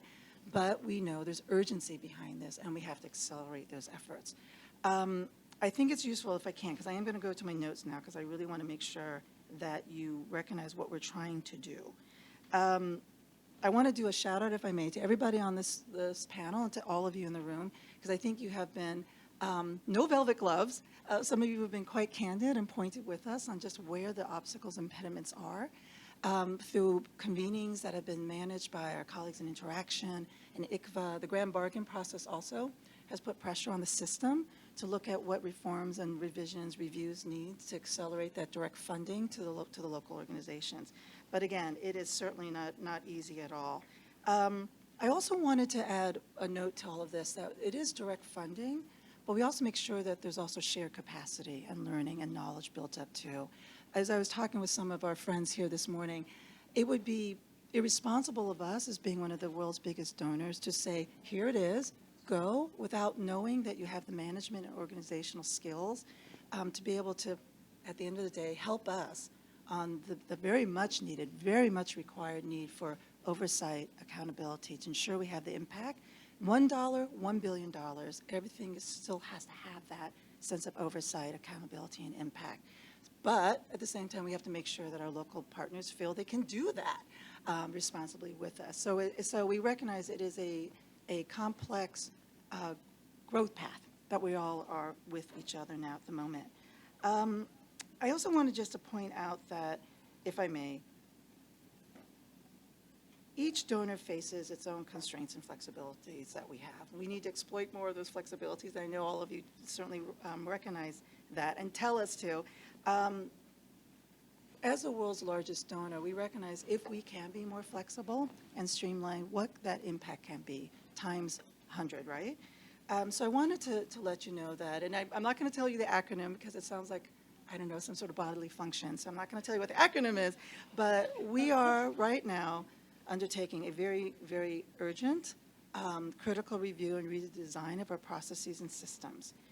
It's informed by much of the input from colleagues up here on the stage and with all of you. It is to streamline, it is to accelerate, it is to, if I may, and this is Marcia, if we can, shed the bureaucratic barnacles, is how I look at it. There are things that weigh us down. What can we shed responsibly, but just has accretion over the years? How do we shed the bureaucratic barnacles with the goal and the aim of moving more funding and skill sets out? Importantly in all of this, it's not only just who gets the funding, but also who has the voice. You talked about Mike. I can get you to the table, but I got to make sure you got a mic too. And so everything we do, even if it's you to me, to working through an international organization, how do we ensure that, again, the voice and decision making is going to be held primarily in the local hands? So that is a thread that runs through all of our thinking right now. If I can, Erwin, just one more minute, please. Climate finance. That is a big issue for us, a big advocacy point, and again, the impact of that, because when we look at climate impact and climate shocks, who's most likely going to be the first that feel it? It's going to be the local organizations and communities. And if they don't have the resources to step forward fast, or they haven't had the resources to prepare and to mitigate or to adapt, then we are in that doom loop of climate impact on local communities and constantly trying to work together to break that.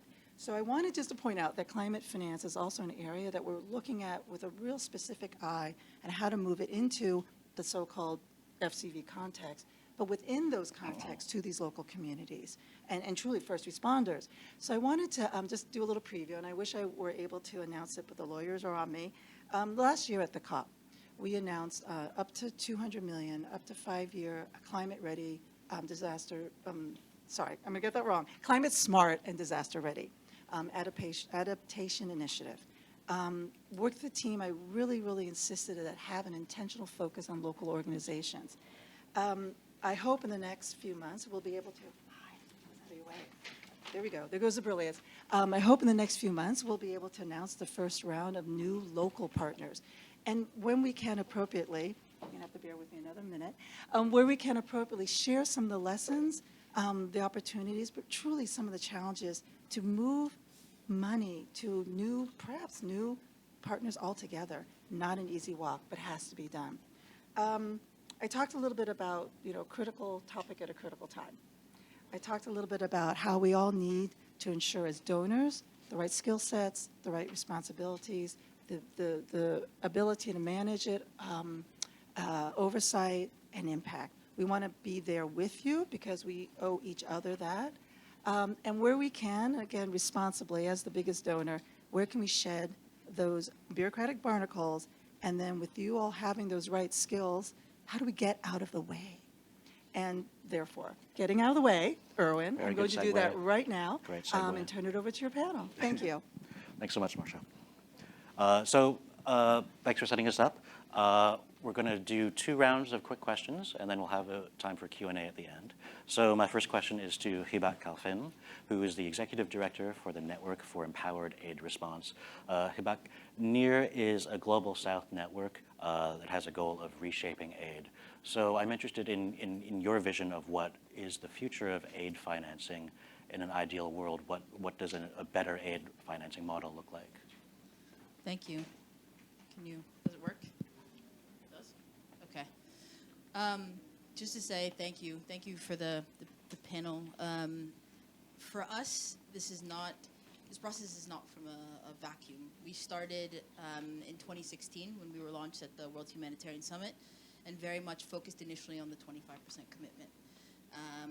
And from there, it was how do we unlock that 25%? And quickly we realized it wasn't just around advocacy, it wasn't around practice reform, but it was around building new solutions.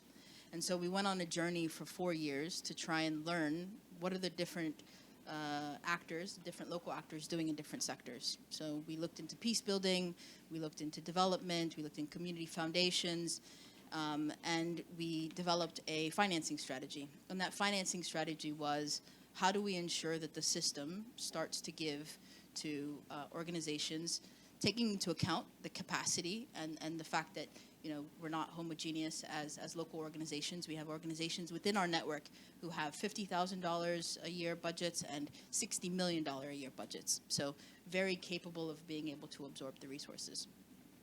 And over time, I think we started to think through the sector, what it really needed, and interestingly enough, COVID, I think, kicked us a little bit in our backs and made us realize that it needed actual solutions, tangible solutions, to be able to pilot, to be able to scale. And so we started developing local financing mechanisms. We started in Somalia, and that one's very hyper-focused to the communities and how to get informal groups funding directly during response, but also how to build to an agnostic fund that allows to us to respond to the needs of the communities. In Syria, with the recent earthquake, we were able to work with the Syrian National League Network to be able to get money out the door pretty quickly and develop a fund there. We're working in Nepal and with other different groups. And in 2021, we started, with the support of the Hilton Foundation, a change fund, a global fund that allows us to get money out the door to our members in the beginning while we're piloting this within 72 hours. And the most important, I think, component of that, which we're continuing to learn, is around the governance structure. All decisions are made by our members. We have members that have been elected into the governance structure. They make all decisions of which crisis we should support, how we should support it, how much funding we should give. And they are taking a lived experience to take from the panel that we just had on making those decisions. And from there, we were able to get $1.5 million out the door in 67 days. And you can imagine we would have been able, with that same capacity of volunteers and staff within the Secretariat, been able to get $10 million out just in the first year. And so we're on this path of trying to figure out what can we do, what kind of infrastructure can we build to be able to get resources to local actors and to be able to have proof of concept for bilateral donors and other donors to be able to get resources to local actors as well. Thanks, Hibat. I'm going to turn to Christina now to build on some of that. Christina Bennett is the CEO of START Network, which includes dozens of local, national, and international organizations among its membership. Christina, you wrote a piece in the New Humanitarian this year, shameless plug. You said the international aid system is dragged down by its own inertia, while local aid organizations are finding ways around the roadblocks. Can you tell us what are some of the new ways of securing funding that you've seen that really excite you? Great, thanks very much, and thanks for having me. I'm a last-minute stand-in. We were hoping to have one of our local leaders on this panel, but the U.S. Visa process would have said it otherwise. So here I am, CEO of START Network, a membership organization across the globe of national, international, and local organizations working across 6 continents and through locally led hubs. What we have in common is a vision for changing the humanitarian aid system by shifting power, by shifting resources, by shifting practice so that local organizations can benefit from more and be able to operate more efficiently and more ethically in the crises that we respond to. And importantly, we do all of this through practical action. So like Hibak was saying, you know, we have seen where commitments have fallen short of what people want to see. And so we try to model the change that we want to see by putting into practice different ways of operating, trialing them, evidencing whether they work or not, and then exporting them when they are successful. So the question for this panel is how are local organizations taking matters into their own hands and finding their own funding? And I guess I would say that it's in, you know, we've seen this a lot in START Network, and some of it has to do with money, and some of it doesn't have to do with money. Certainly, our local organizations are raising funds. In Pakistan, for example, the locally led Pakistan hub was able to raise 4 million euros from the German government in anticipation of the catastrophic floods in Balochistan and Sindh province in the summer of 2022. And that's a global level fundraising for a lot of money. But then on the other end of the spectrum, we have a community-based member in Bangladesh that raised a smaller amount of money from a local bank in order to be able to protect fishermen by giving them food when there was a ban on fishing in their community. And then we have an organization in India that really went after multi-year funding from a UN organization. And in order to do that, worked really hard on developing and improving its financial systems to be able to meet the requirements of that multi-year funding. So now working with a UN agency on that and also working with Google. So what do all of these organizations have in common? They have expertise. Recognized expertise that's recognized by the donors that fund them. And I think it's really important that those donors see the value in that expertise in their own right.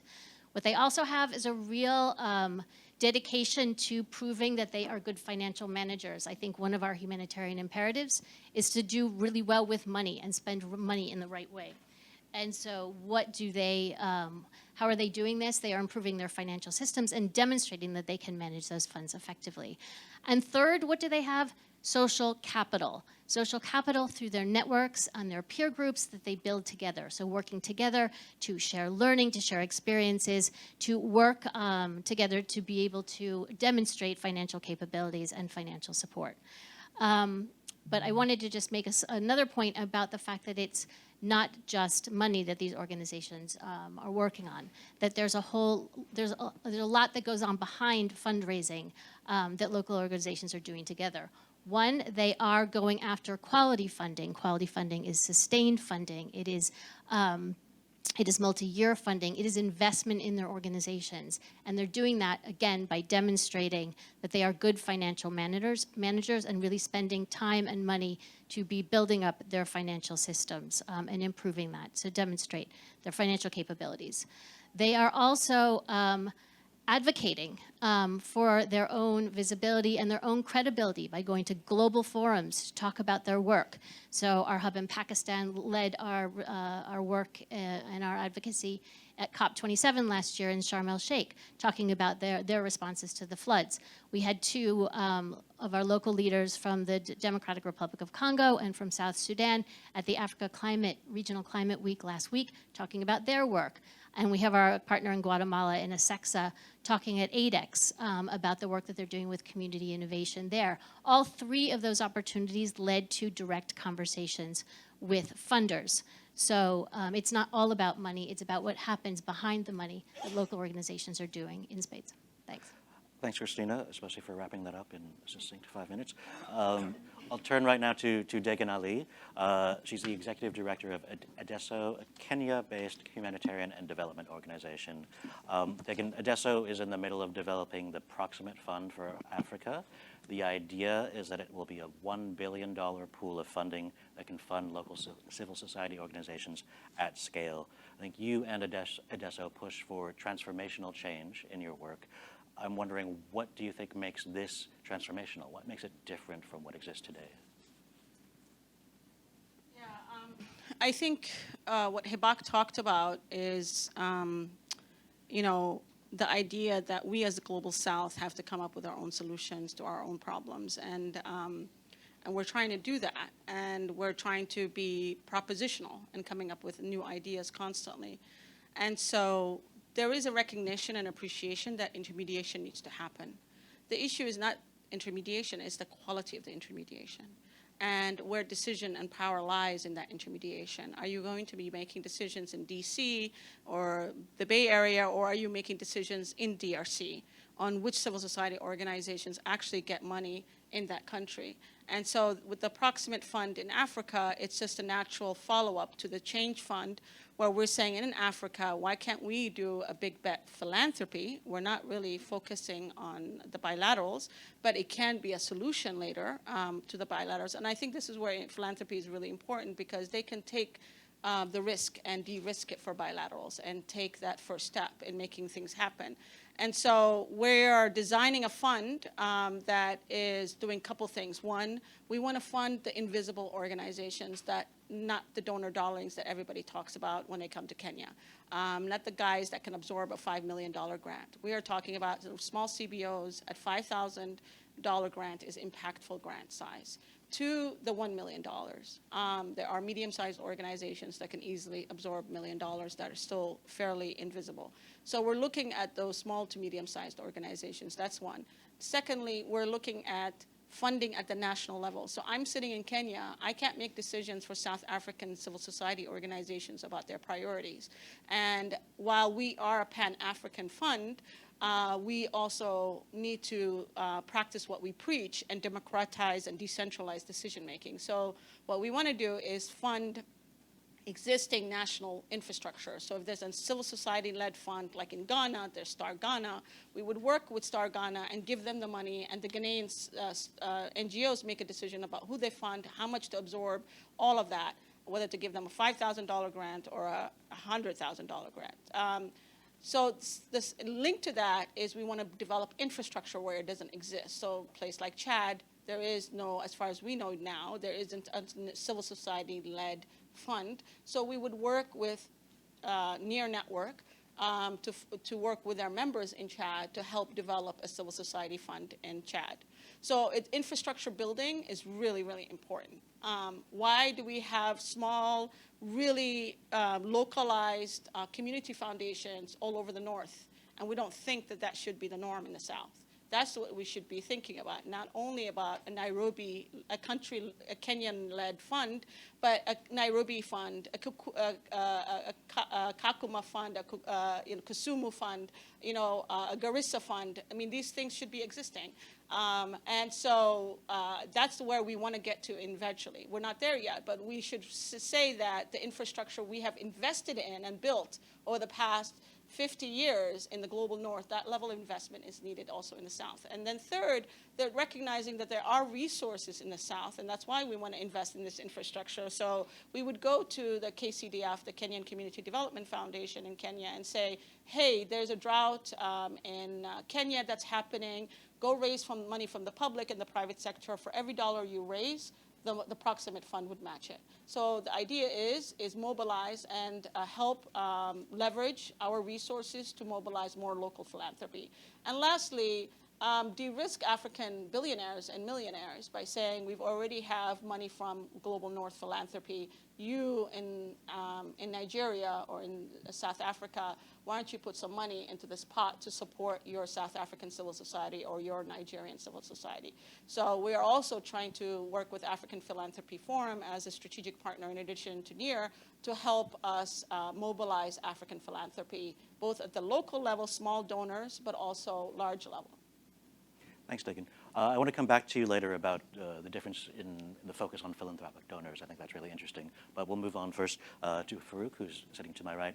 Farouk Habib is the Deputy General Manager and Head of External Affairs with the White Helmets, which of course is a volunteer-led organization that emerged in Syria, largely as rescue teams, but you've changed a lot over the years.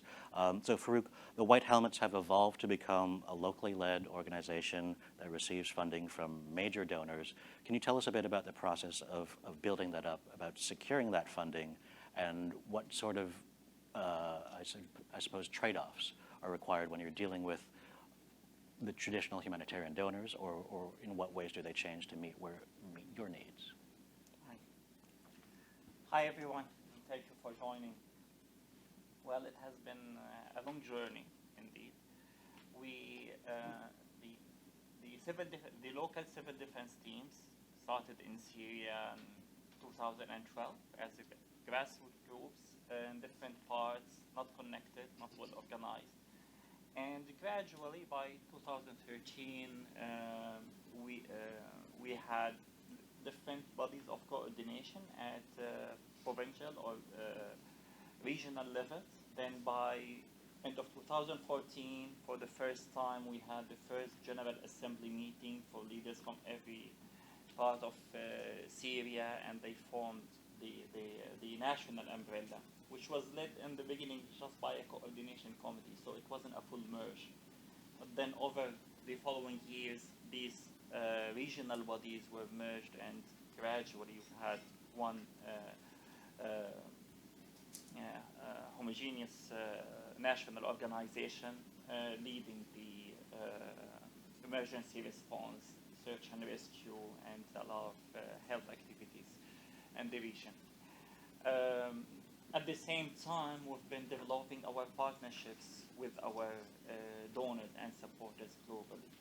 And what we've learned through this process that it's not necessarily about having direct funding. It's about having direct relationship, direct partnership, getting your voice heard, and having reliable partners who can also support with the advocacy, and you can outsource many of the services and needs you have to get that consolidated. Not all donors were receptive at the beginning, but we knew that we have a homework on our side as well, and we need to overcome any pre-assumptions or judgments, and we need to prove ourselves. And we got a lot of support from our people first, and from the public globally, which helped us to make that change.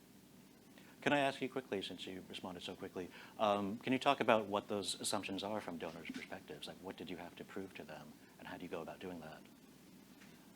Well, there is that pre-assumption that local organizations cannot do the same job as Western organizations. Yeah, that exists. We cannot deny it. And we proved the opposite. And it's not about the nationality or the color of the people who are managing these funds. It's about the system. And we proved our legitimacy.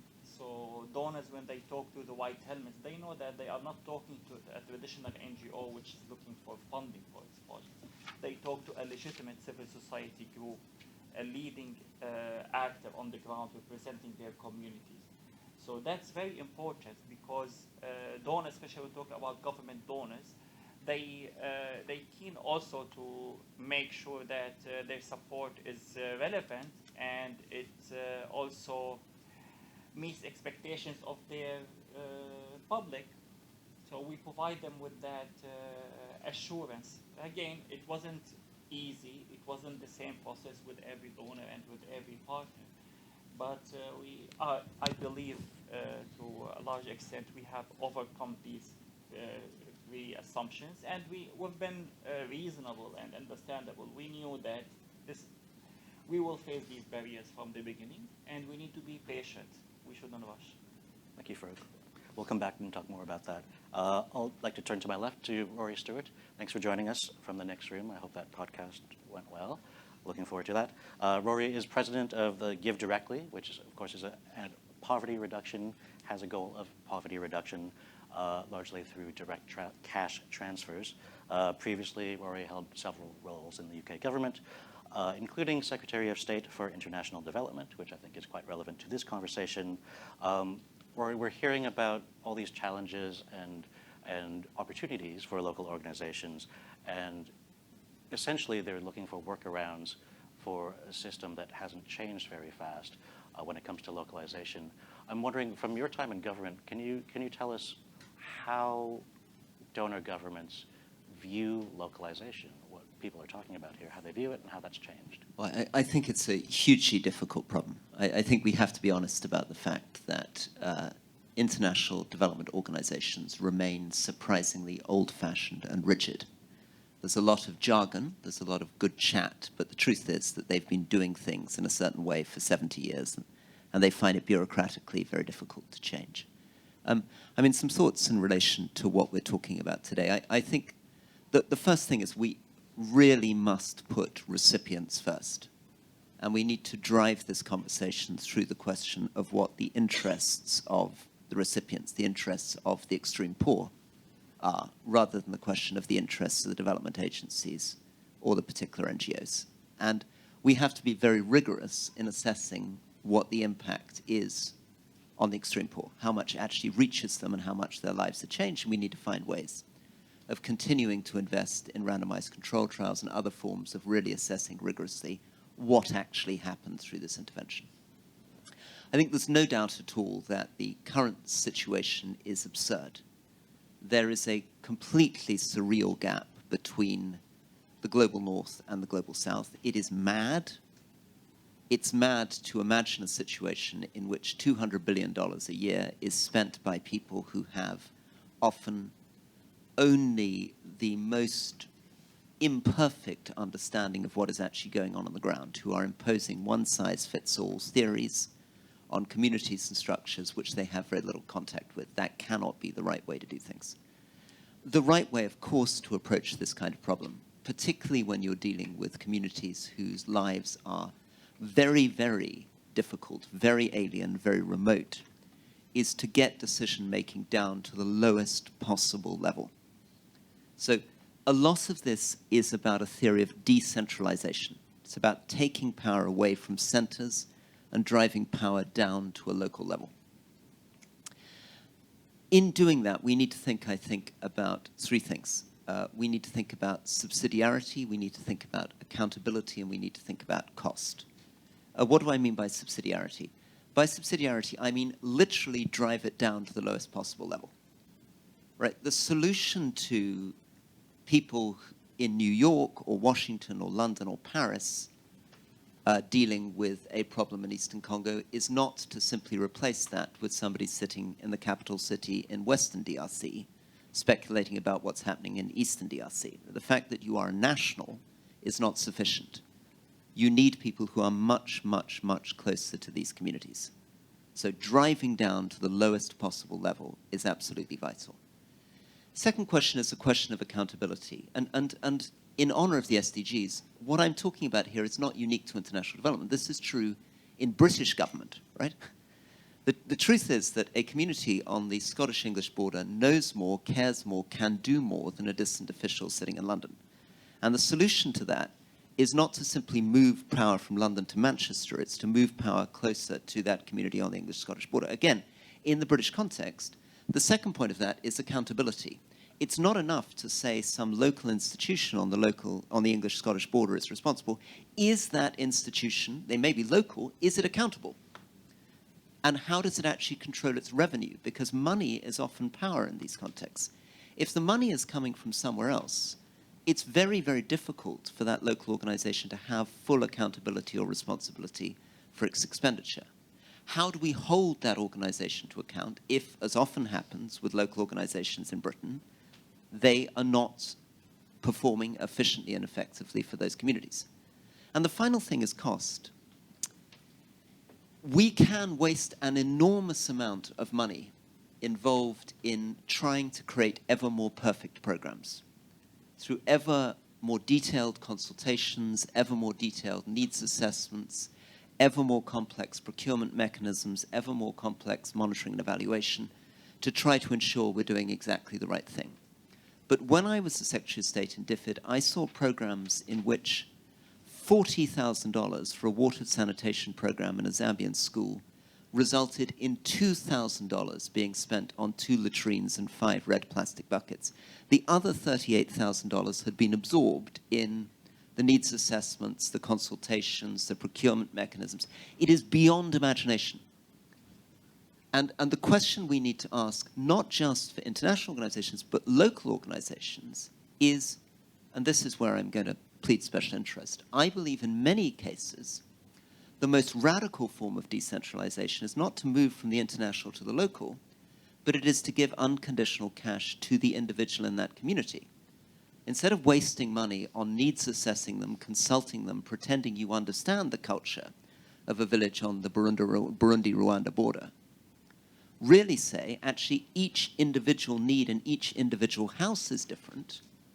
You may wish to start a small business, you may wish to fix your roof, you may wish to buy livestock, you may wish to get your kids back into school. No organization, international, local, is going to be able to answer those questions for you. The most radically respectful thing we can do is to get out the way, give unconditional cash, and let people address their own needs directly. Thanks, Rory. Coincidentally, some of that is what Give Directly does, which I suppose is not a coincidence. We'll come back to interrogate. I work for an organization I believe in. I don't want to apologize for that. We'll come back to talk about some of what you raised shortly. I'd like to turn back to Hibak to talk about collaboration. You spoke of that earlier as an important part of the way you see the future. Can you elaborate on that? Yeah, so I should say, with NEAR being a network of over 280 organizations, it's really important that I talk about, I think, the role that the Secretariat plays. And we play 3 functions. The first function is as a facilitator, the second is as a convener, and the third is as an advisor. And decisions are made by our members. And so when we think about any of our solutions or any of our approaches, we think about it in a collaborative way. And to start, we work similar to, I think, what Christina said and Farouk said. It's not just about money, it's about representation, it's about power. And so we focus on 2 separate areas. We focus on policy influencing and we focus on financing. From the Change Fund and a little bit of what Degan said, we've been challenged by our members. We've been challenged by our members to think beyond one fund. We've been challenged to think reimagining the system. And so what we've been able to do, I think, over the last couple of months is have some really hard conversations with our members, with our partners, with our allies, of what a collaborative networked financing system or mechanism could look like. And for us, there are, I think, a few things that are really, really important for us to stress. And it's a little bit about what Rory just said.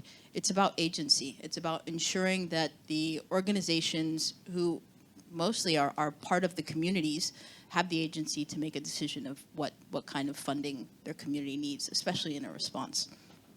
The second is to center everything that we do, I think, around local leadership. We're not going to move towards the 25% without centering local actors within the new system. And then third, I think what we've been able to do, and this is why we purposefully have only taken foundation money in the beginning, is be very flexible and adaptable.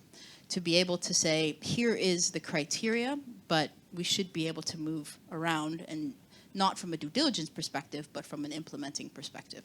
And so all of those areas that we've been able to learn over the last couple of years would not have happened unless we had members in 29 countries, unless we had partners in 39 countries that felt like they had a voice within the network to be able to say, these are the things that we want to be changed immediately, in the midterm, and in the long term.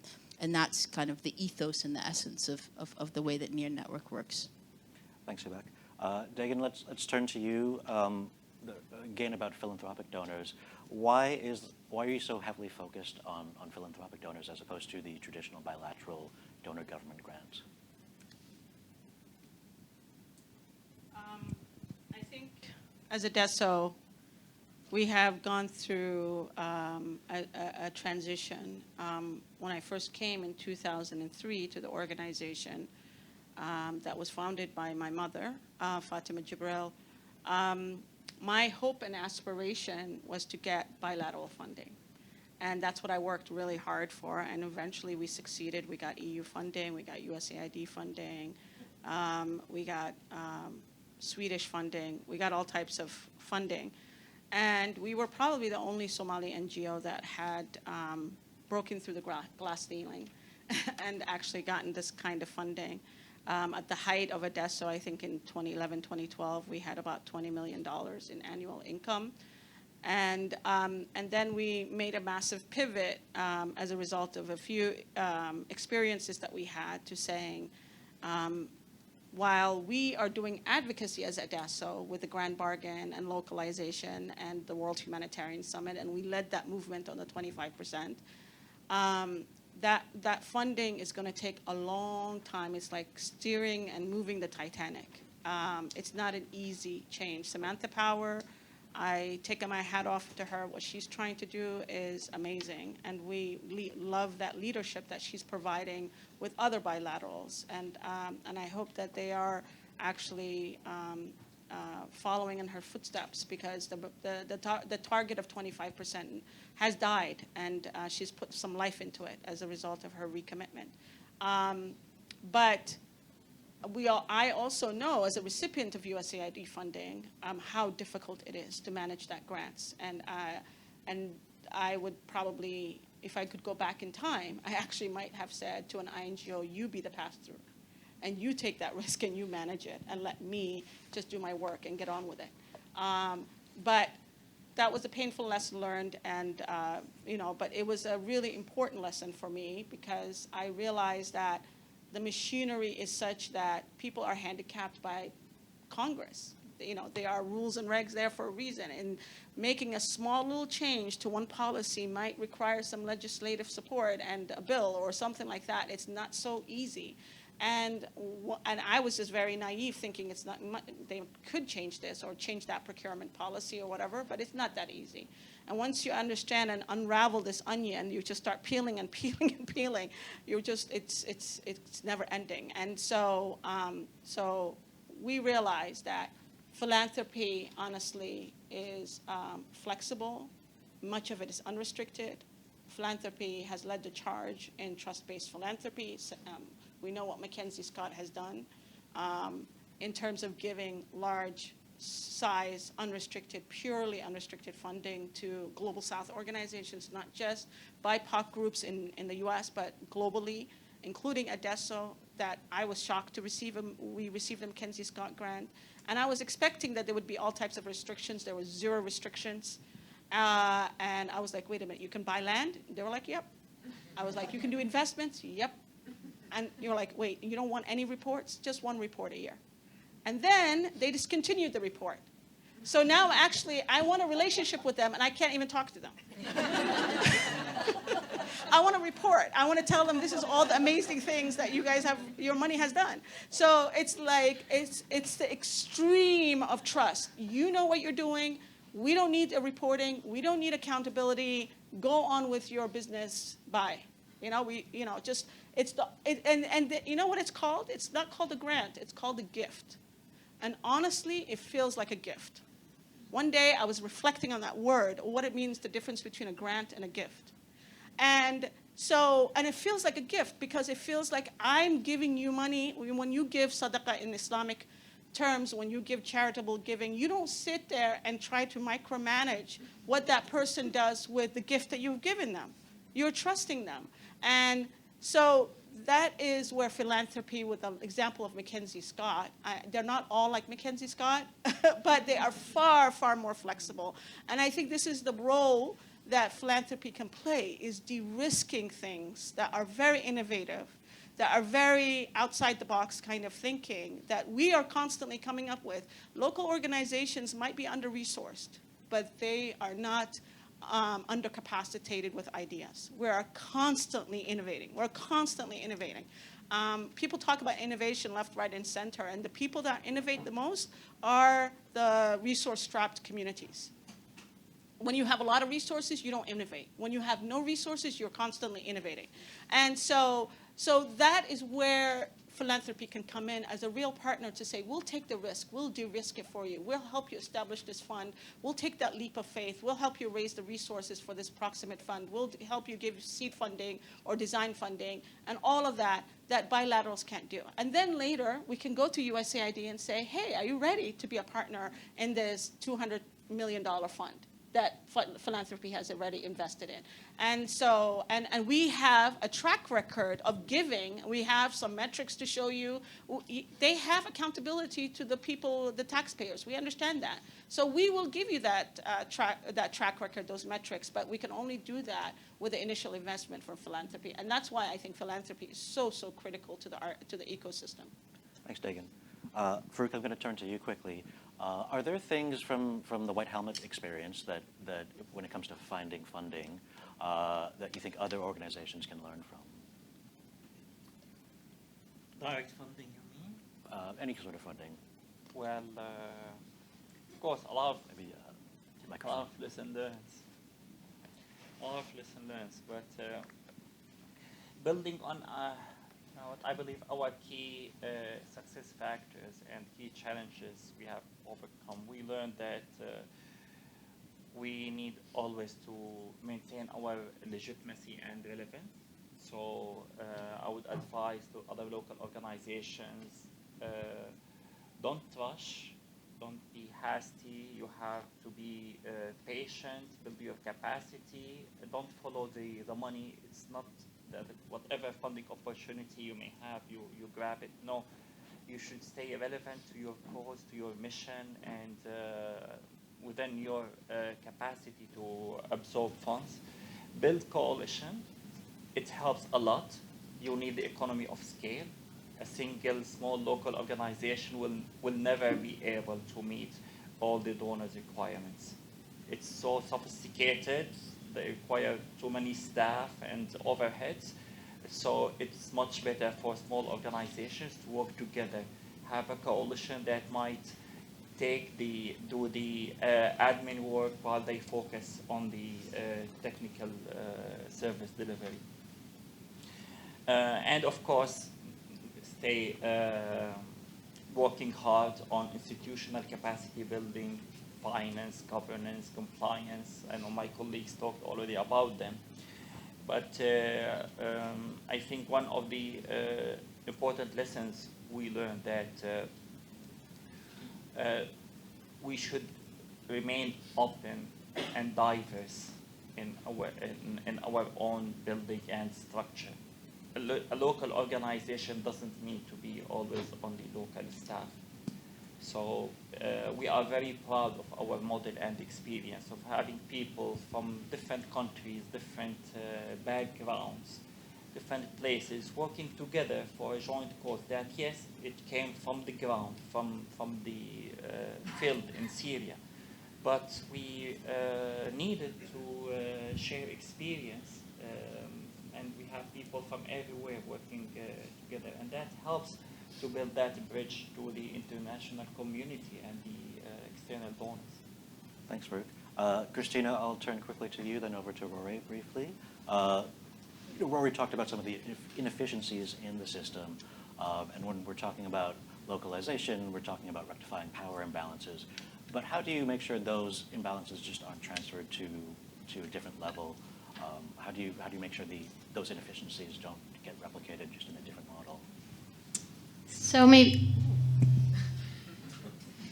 that was loud.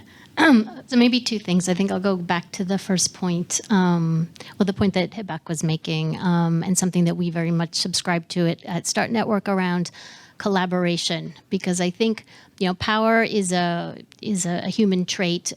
Taking power is a human trait, and I think you can get caught in a cycle of shifting power to different parts of the system, but not dispersing power or sharing power. So I think the concept of collaboration, the concept of building social capital, is the concept of collaboration over competition, I think, is something that that you can use to share that power, and not to merely devolve it down to different levels.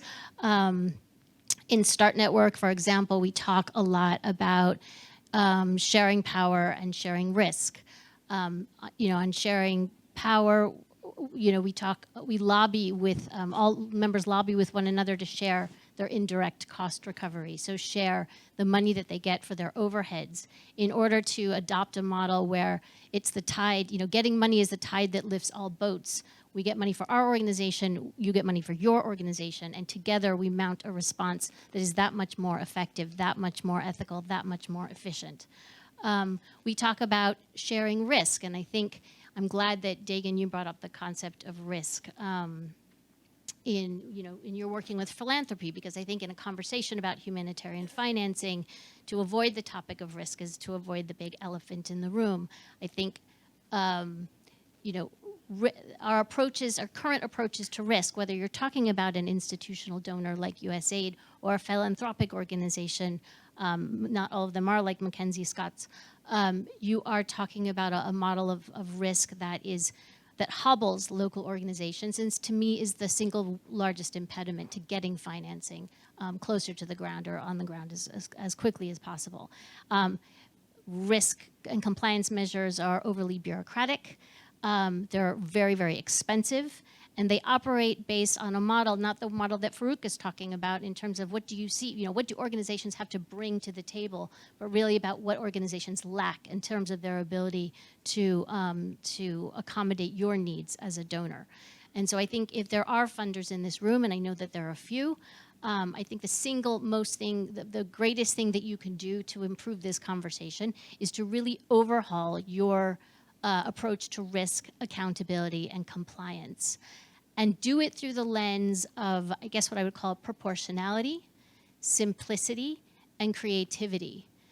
And you heard a lot about what that looks like in practice from Dagan, but I mean, proportionality is really about looking at your compliance systems and what you need to know from the organizations that you fund.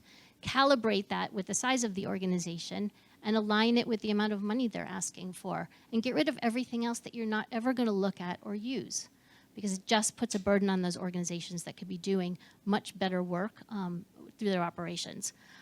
In terms of simplicity, if an organization has already passed a due diligence through one of your peer organizations, why would you put them through that again, to spend the money, to do the work? Simplify it. Trade information with that peer organization, passport that information to your own due diligence, and accept it as given, and share that information so that others can do the same. And then creativity. I think a lot of donors would require some reporting, but it doesn't always have to be the 30-page report or the log frame that everybody insists on when reporting on funds. What if you sat down with the community and asked them, did you get the money that you needed, and did it go to the right things? What if you reported through video testimonials? What if you reported through quiet conversations? I don't think everything has to be as onerous and as expensive as it is. If your organization does require that level of compliance, then fund your organizations in order to be able to meet those compliance standards, including the intermediary organizations that may be taking on some of that burden.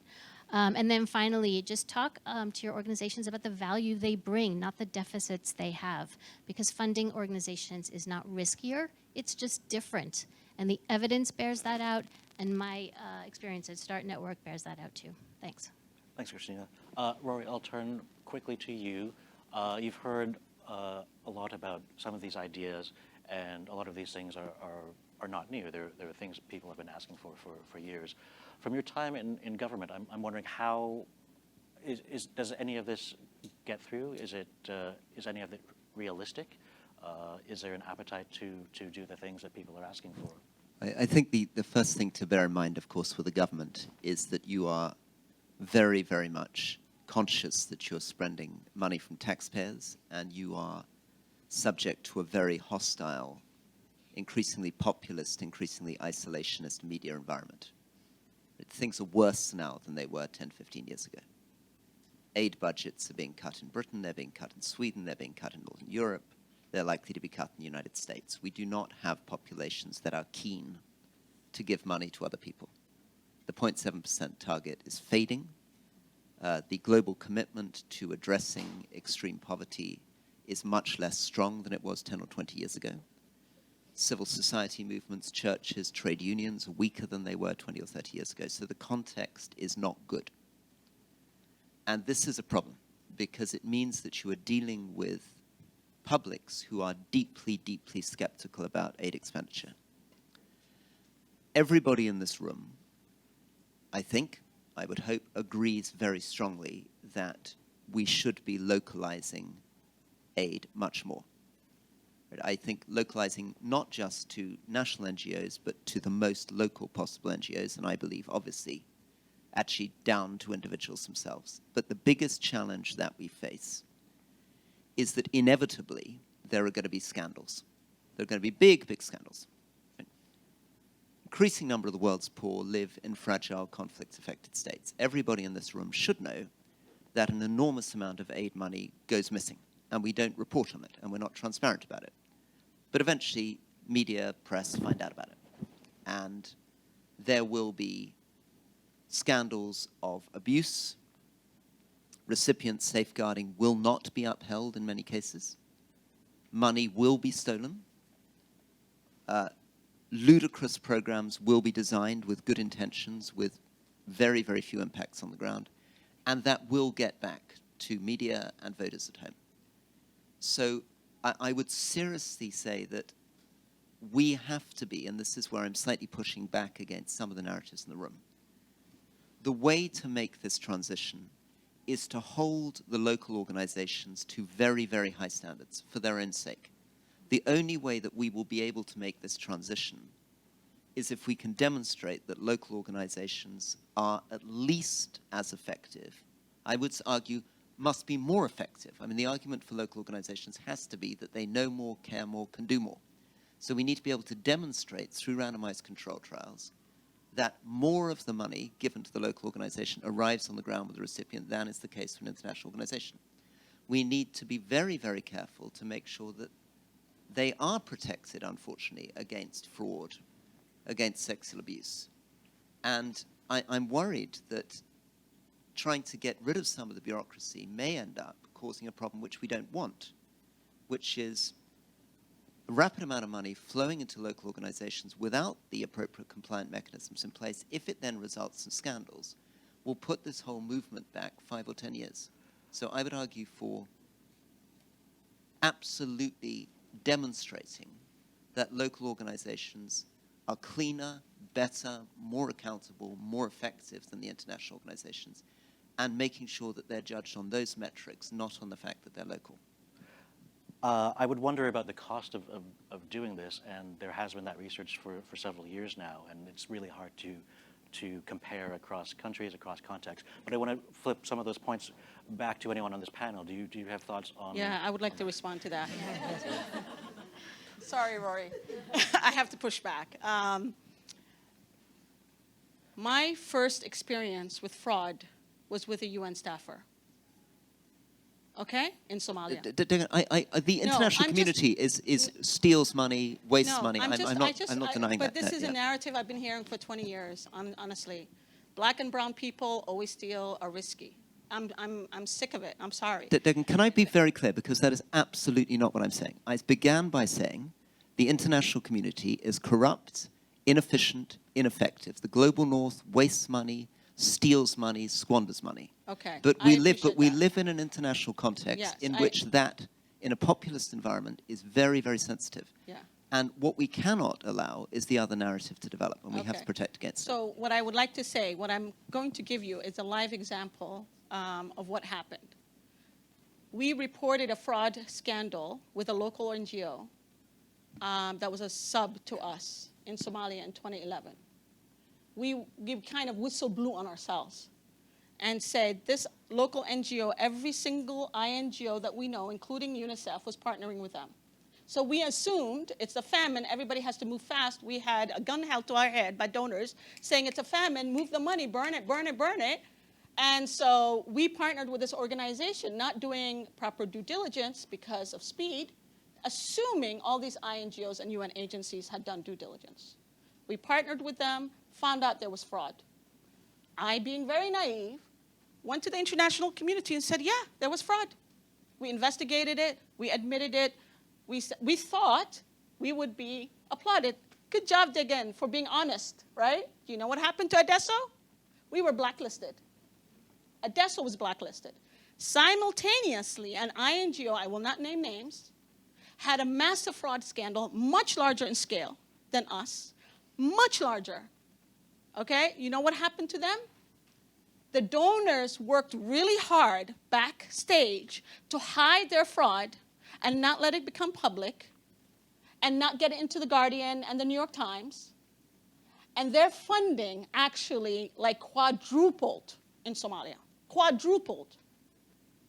So let's just be honest here, okay? There's a couple of issues. One, the proportion of risk is different. When you are giving 99% or more of your funding to UN agencies and INGOs, the risk factor is much higher with international agencies. We get a little bit, we get like a drop, right? So even if we steal all of it, the proportion of the risk is much higher with them. That's the reality, right? The second reality is that the international donors are in cahoots with the UN and the INGOs to ensure that there is no repercussions for these entities. And what happened in Somalia, not only did it affect Adesso being blacklisted, all local NGOs, we were all guilty by association by the mere fact that we were all local in Somalis. We couldn't be trusted. So funding for local NGOs in Somalia went down significantly because of that one incident. And you know what I was told by an INGO country director? I sat with him and I said, hey, we investigated, we found this out. I want to go public with it. He told me, don't do it. They can hide it. That's what he told me. And I said, what? We all know there's some fraud happening. We all know there's problems happening. Why don't we all bring it up? And if you talk about it, I talk about it, everybody talks about it, then maybe we'll finally get to the root of the problem and clean the house. No, he was like, I'm sorry to say you're being very naive. And I was extremely naive. I was shocked by the reaction. But that is systematically what happens.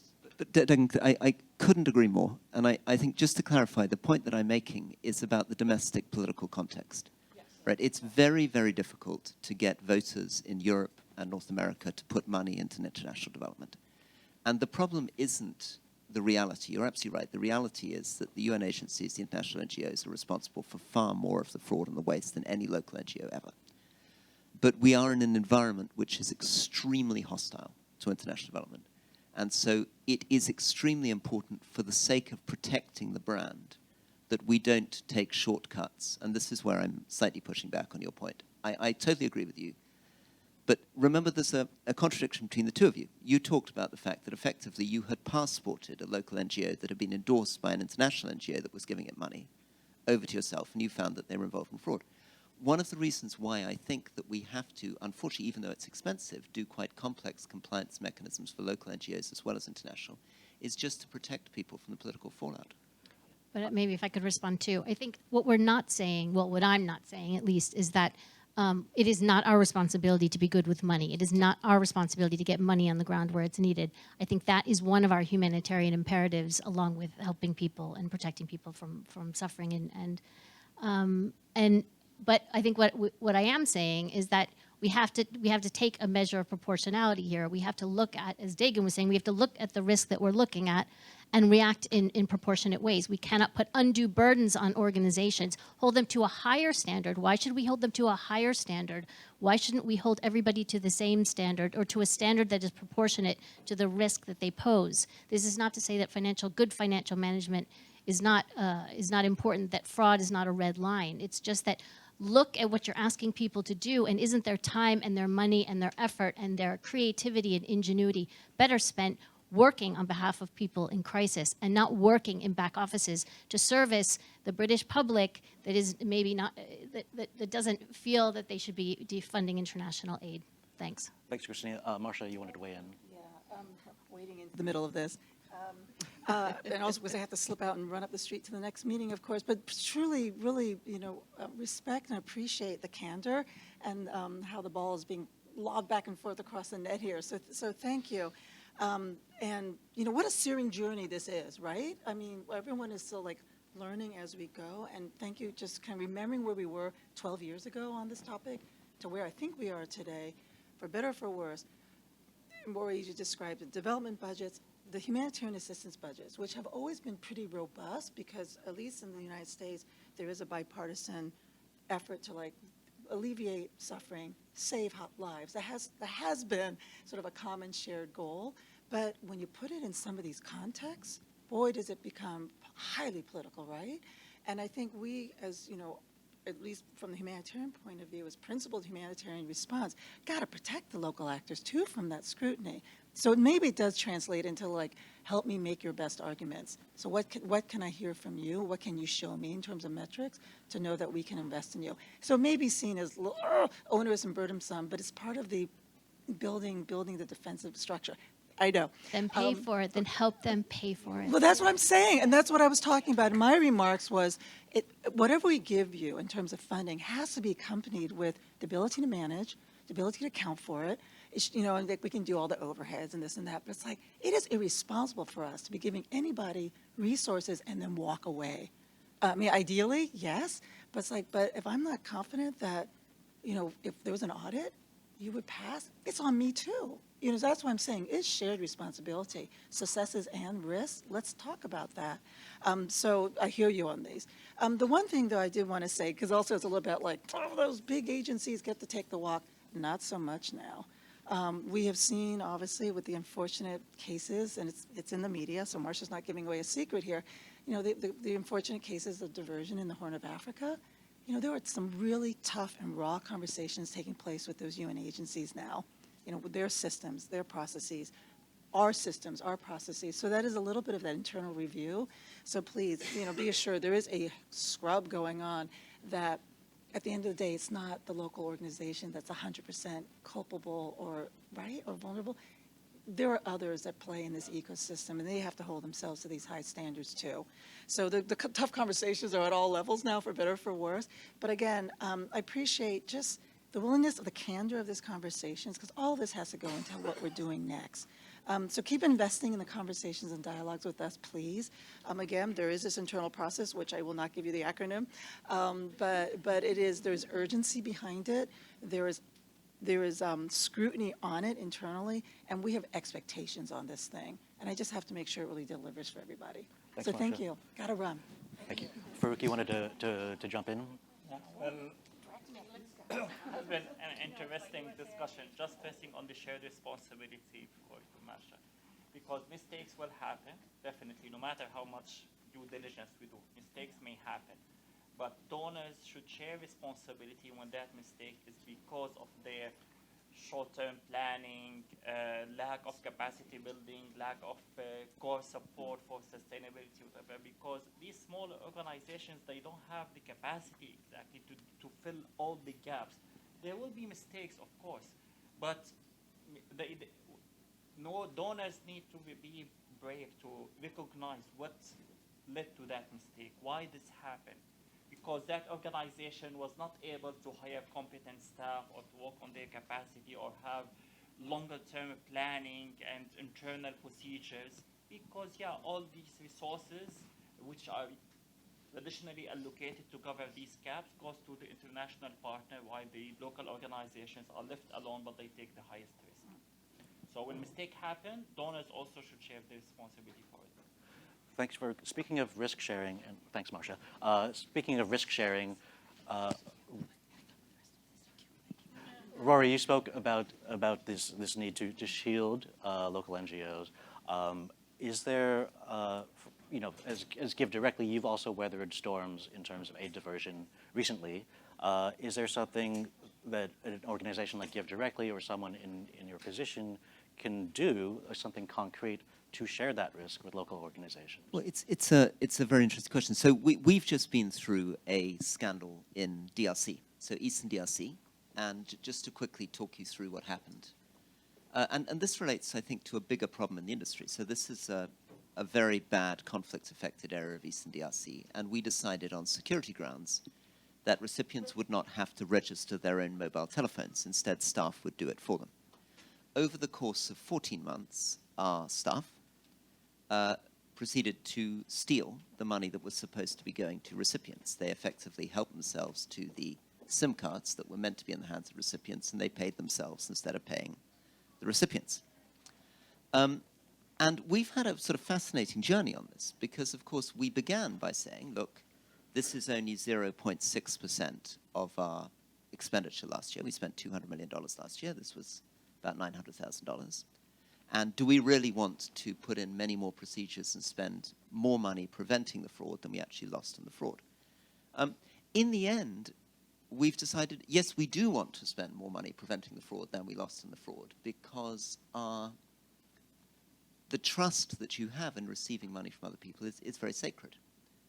And sometimes it is justified to spend more money preventing losing money that you actually would lose in the money. What have we learned through this process? Well, I think the first thing, and this is why maybe I'm sort of sharing this, the damage to our organization is intense. Right? We can provide any number of explanations for why we made a particular exception in Eastern DRC and why things went wrong. The truth of the matter is it is deeply, devastatingly damaging to an organization to lose money. It's also true, as Dagan says, as soon as we found out the fraud, we published it on the blog. We went out to journalists. We gave an immediate exclusive to the new Humanitarian. We did nothing to hide it. And of course, we feel a little bit bitter about sitting in organizations with international NGOs where they look around the table and say, what's your fraud and diversion rate? And we say 0.6%. And all the most famous NGOs in the world say 0%, right, all the way around the table. Okay, so it's a very, very weird ecosystem. But all I can say is that my lesson from this is if you're doing something radical, as we are with direct cash transfer, or as the localization agenda is doing, right, doing something that is challenging the system, you have to be that much more careful because people are gunning for you. They're going to jump on the first possible opportunity to say, oh, well, that's why we should return to the old system. And that's why you have to be even more careful. And I think I'm going to be quiet, but I mean, I think if I had one message that I'd want to get across, it's, in the end, this is all about recipients first. The danger of this conversation is we're talking about the intermediary organizations. In the end, the only question really that matters is what is in the best interest of recipients. And I believe strongly that local organizations are much more likely to deliver good, efficient outcomes for recipients. But that's the way in which they should be judged. Can I just ask you, Rory, a question? As a result of that experience in DRC, did your funding decrease? Yes, yeah. Like what percentage? Difficult to assess, but definitely there are donors who were about to sign contracts who did not sign contracts. There will be other people that it's difficult to assess, philanthropists who may have decided not to give us money. Many of the conversations I've had in the last 6 months have been around, didn't you lose money in DC? And it's not good for an organization to lose money. And the fact that we believe that we're losing much less money than most other international NGOs and we're much more transparent about it, boy, it doesn't feel like that. The reason I ask is that if a local NGO had had that experience, they would have been blacklisted and had to shut down. That's just the reality, I'm sorry to say. And all local organizations in DRC would have seen their funding plummet. So I know exactly what you mean. We have a higher standard that we have to adhere. I've known that. It's the same problem being black in America. You always have to perform extra to get into a leadership role. We know this. We know the scrutiny is on us. But the issue is not the scrutiny. The issue is the response when something happens and the perceptions. The problem is on that side of white power holders who have the resources, who make these judgment calls and kind of excuse and let it pass when it's a white-led organization and never give that level of flexibility to black and brown-led organizations. Let's just call it what it is. It's pure racism. And is there, going back to sharing that risk, to make sure organizations like Adesso don't go through what they went through, what can someone in your position or an organization in your position with deeper pockets, more networks, what can they do to be an umbrella, to split that risk? I mean, look, I mean, this is a very, very, very, very, very difficult conversation, because, again, all we care about is,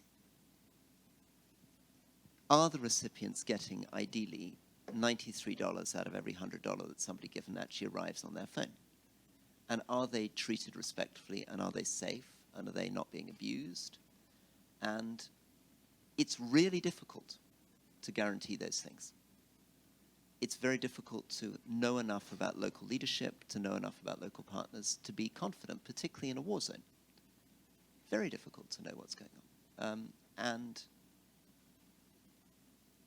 I don't want to get into a sort of ideological standoff. I agree with Dagan. I mean, the system has a lot of racism built into it. It's much easier, obviously, for me to defend a fraud situation.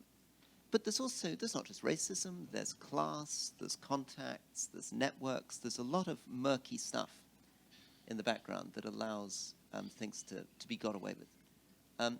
But we still can't overcome the fundamental problem which faces everybody, whether they're international or national, which is, I do think, if I want to be really radical, the real problem, I don't think unconditional cash transfer is the answer to everything, but I think it's an answer to many, many things. In a world that's worried about colonialism, patronizing attitudes, global north, global south, there is nothing more radically respectful than saying, we are literally giving, we're not going to ask the extreme poor what they want, we're not going to consult with the local leadership, we're not going to do a needs assessment, we're going to literally just give you the cash unconditionally and let you do what you think is best for the money. Okay, I'm just very conscious of the time. I just want to give everyone an opportunity to say 30 seconds about their point. Rory, I'm going to stop. I've talked enough. Yes, I will count that as yours. Farouk, let's go with you. Well, that was interesting. And continuous engagement and partnerships across North and South is very important. I don't see this should be a kind of competition or comparison between organizations in North and South.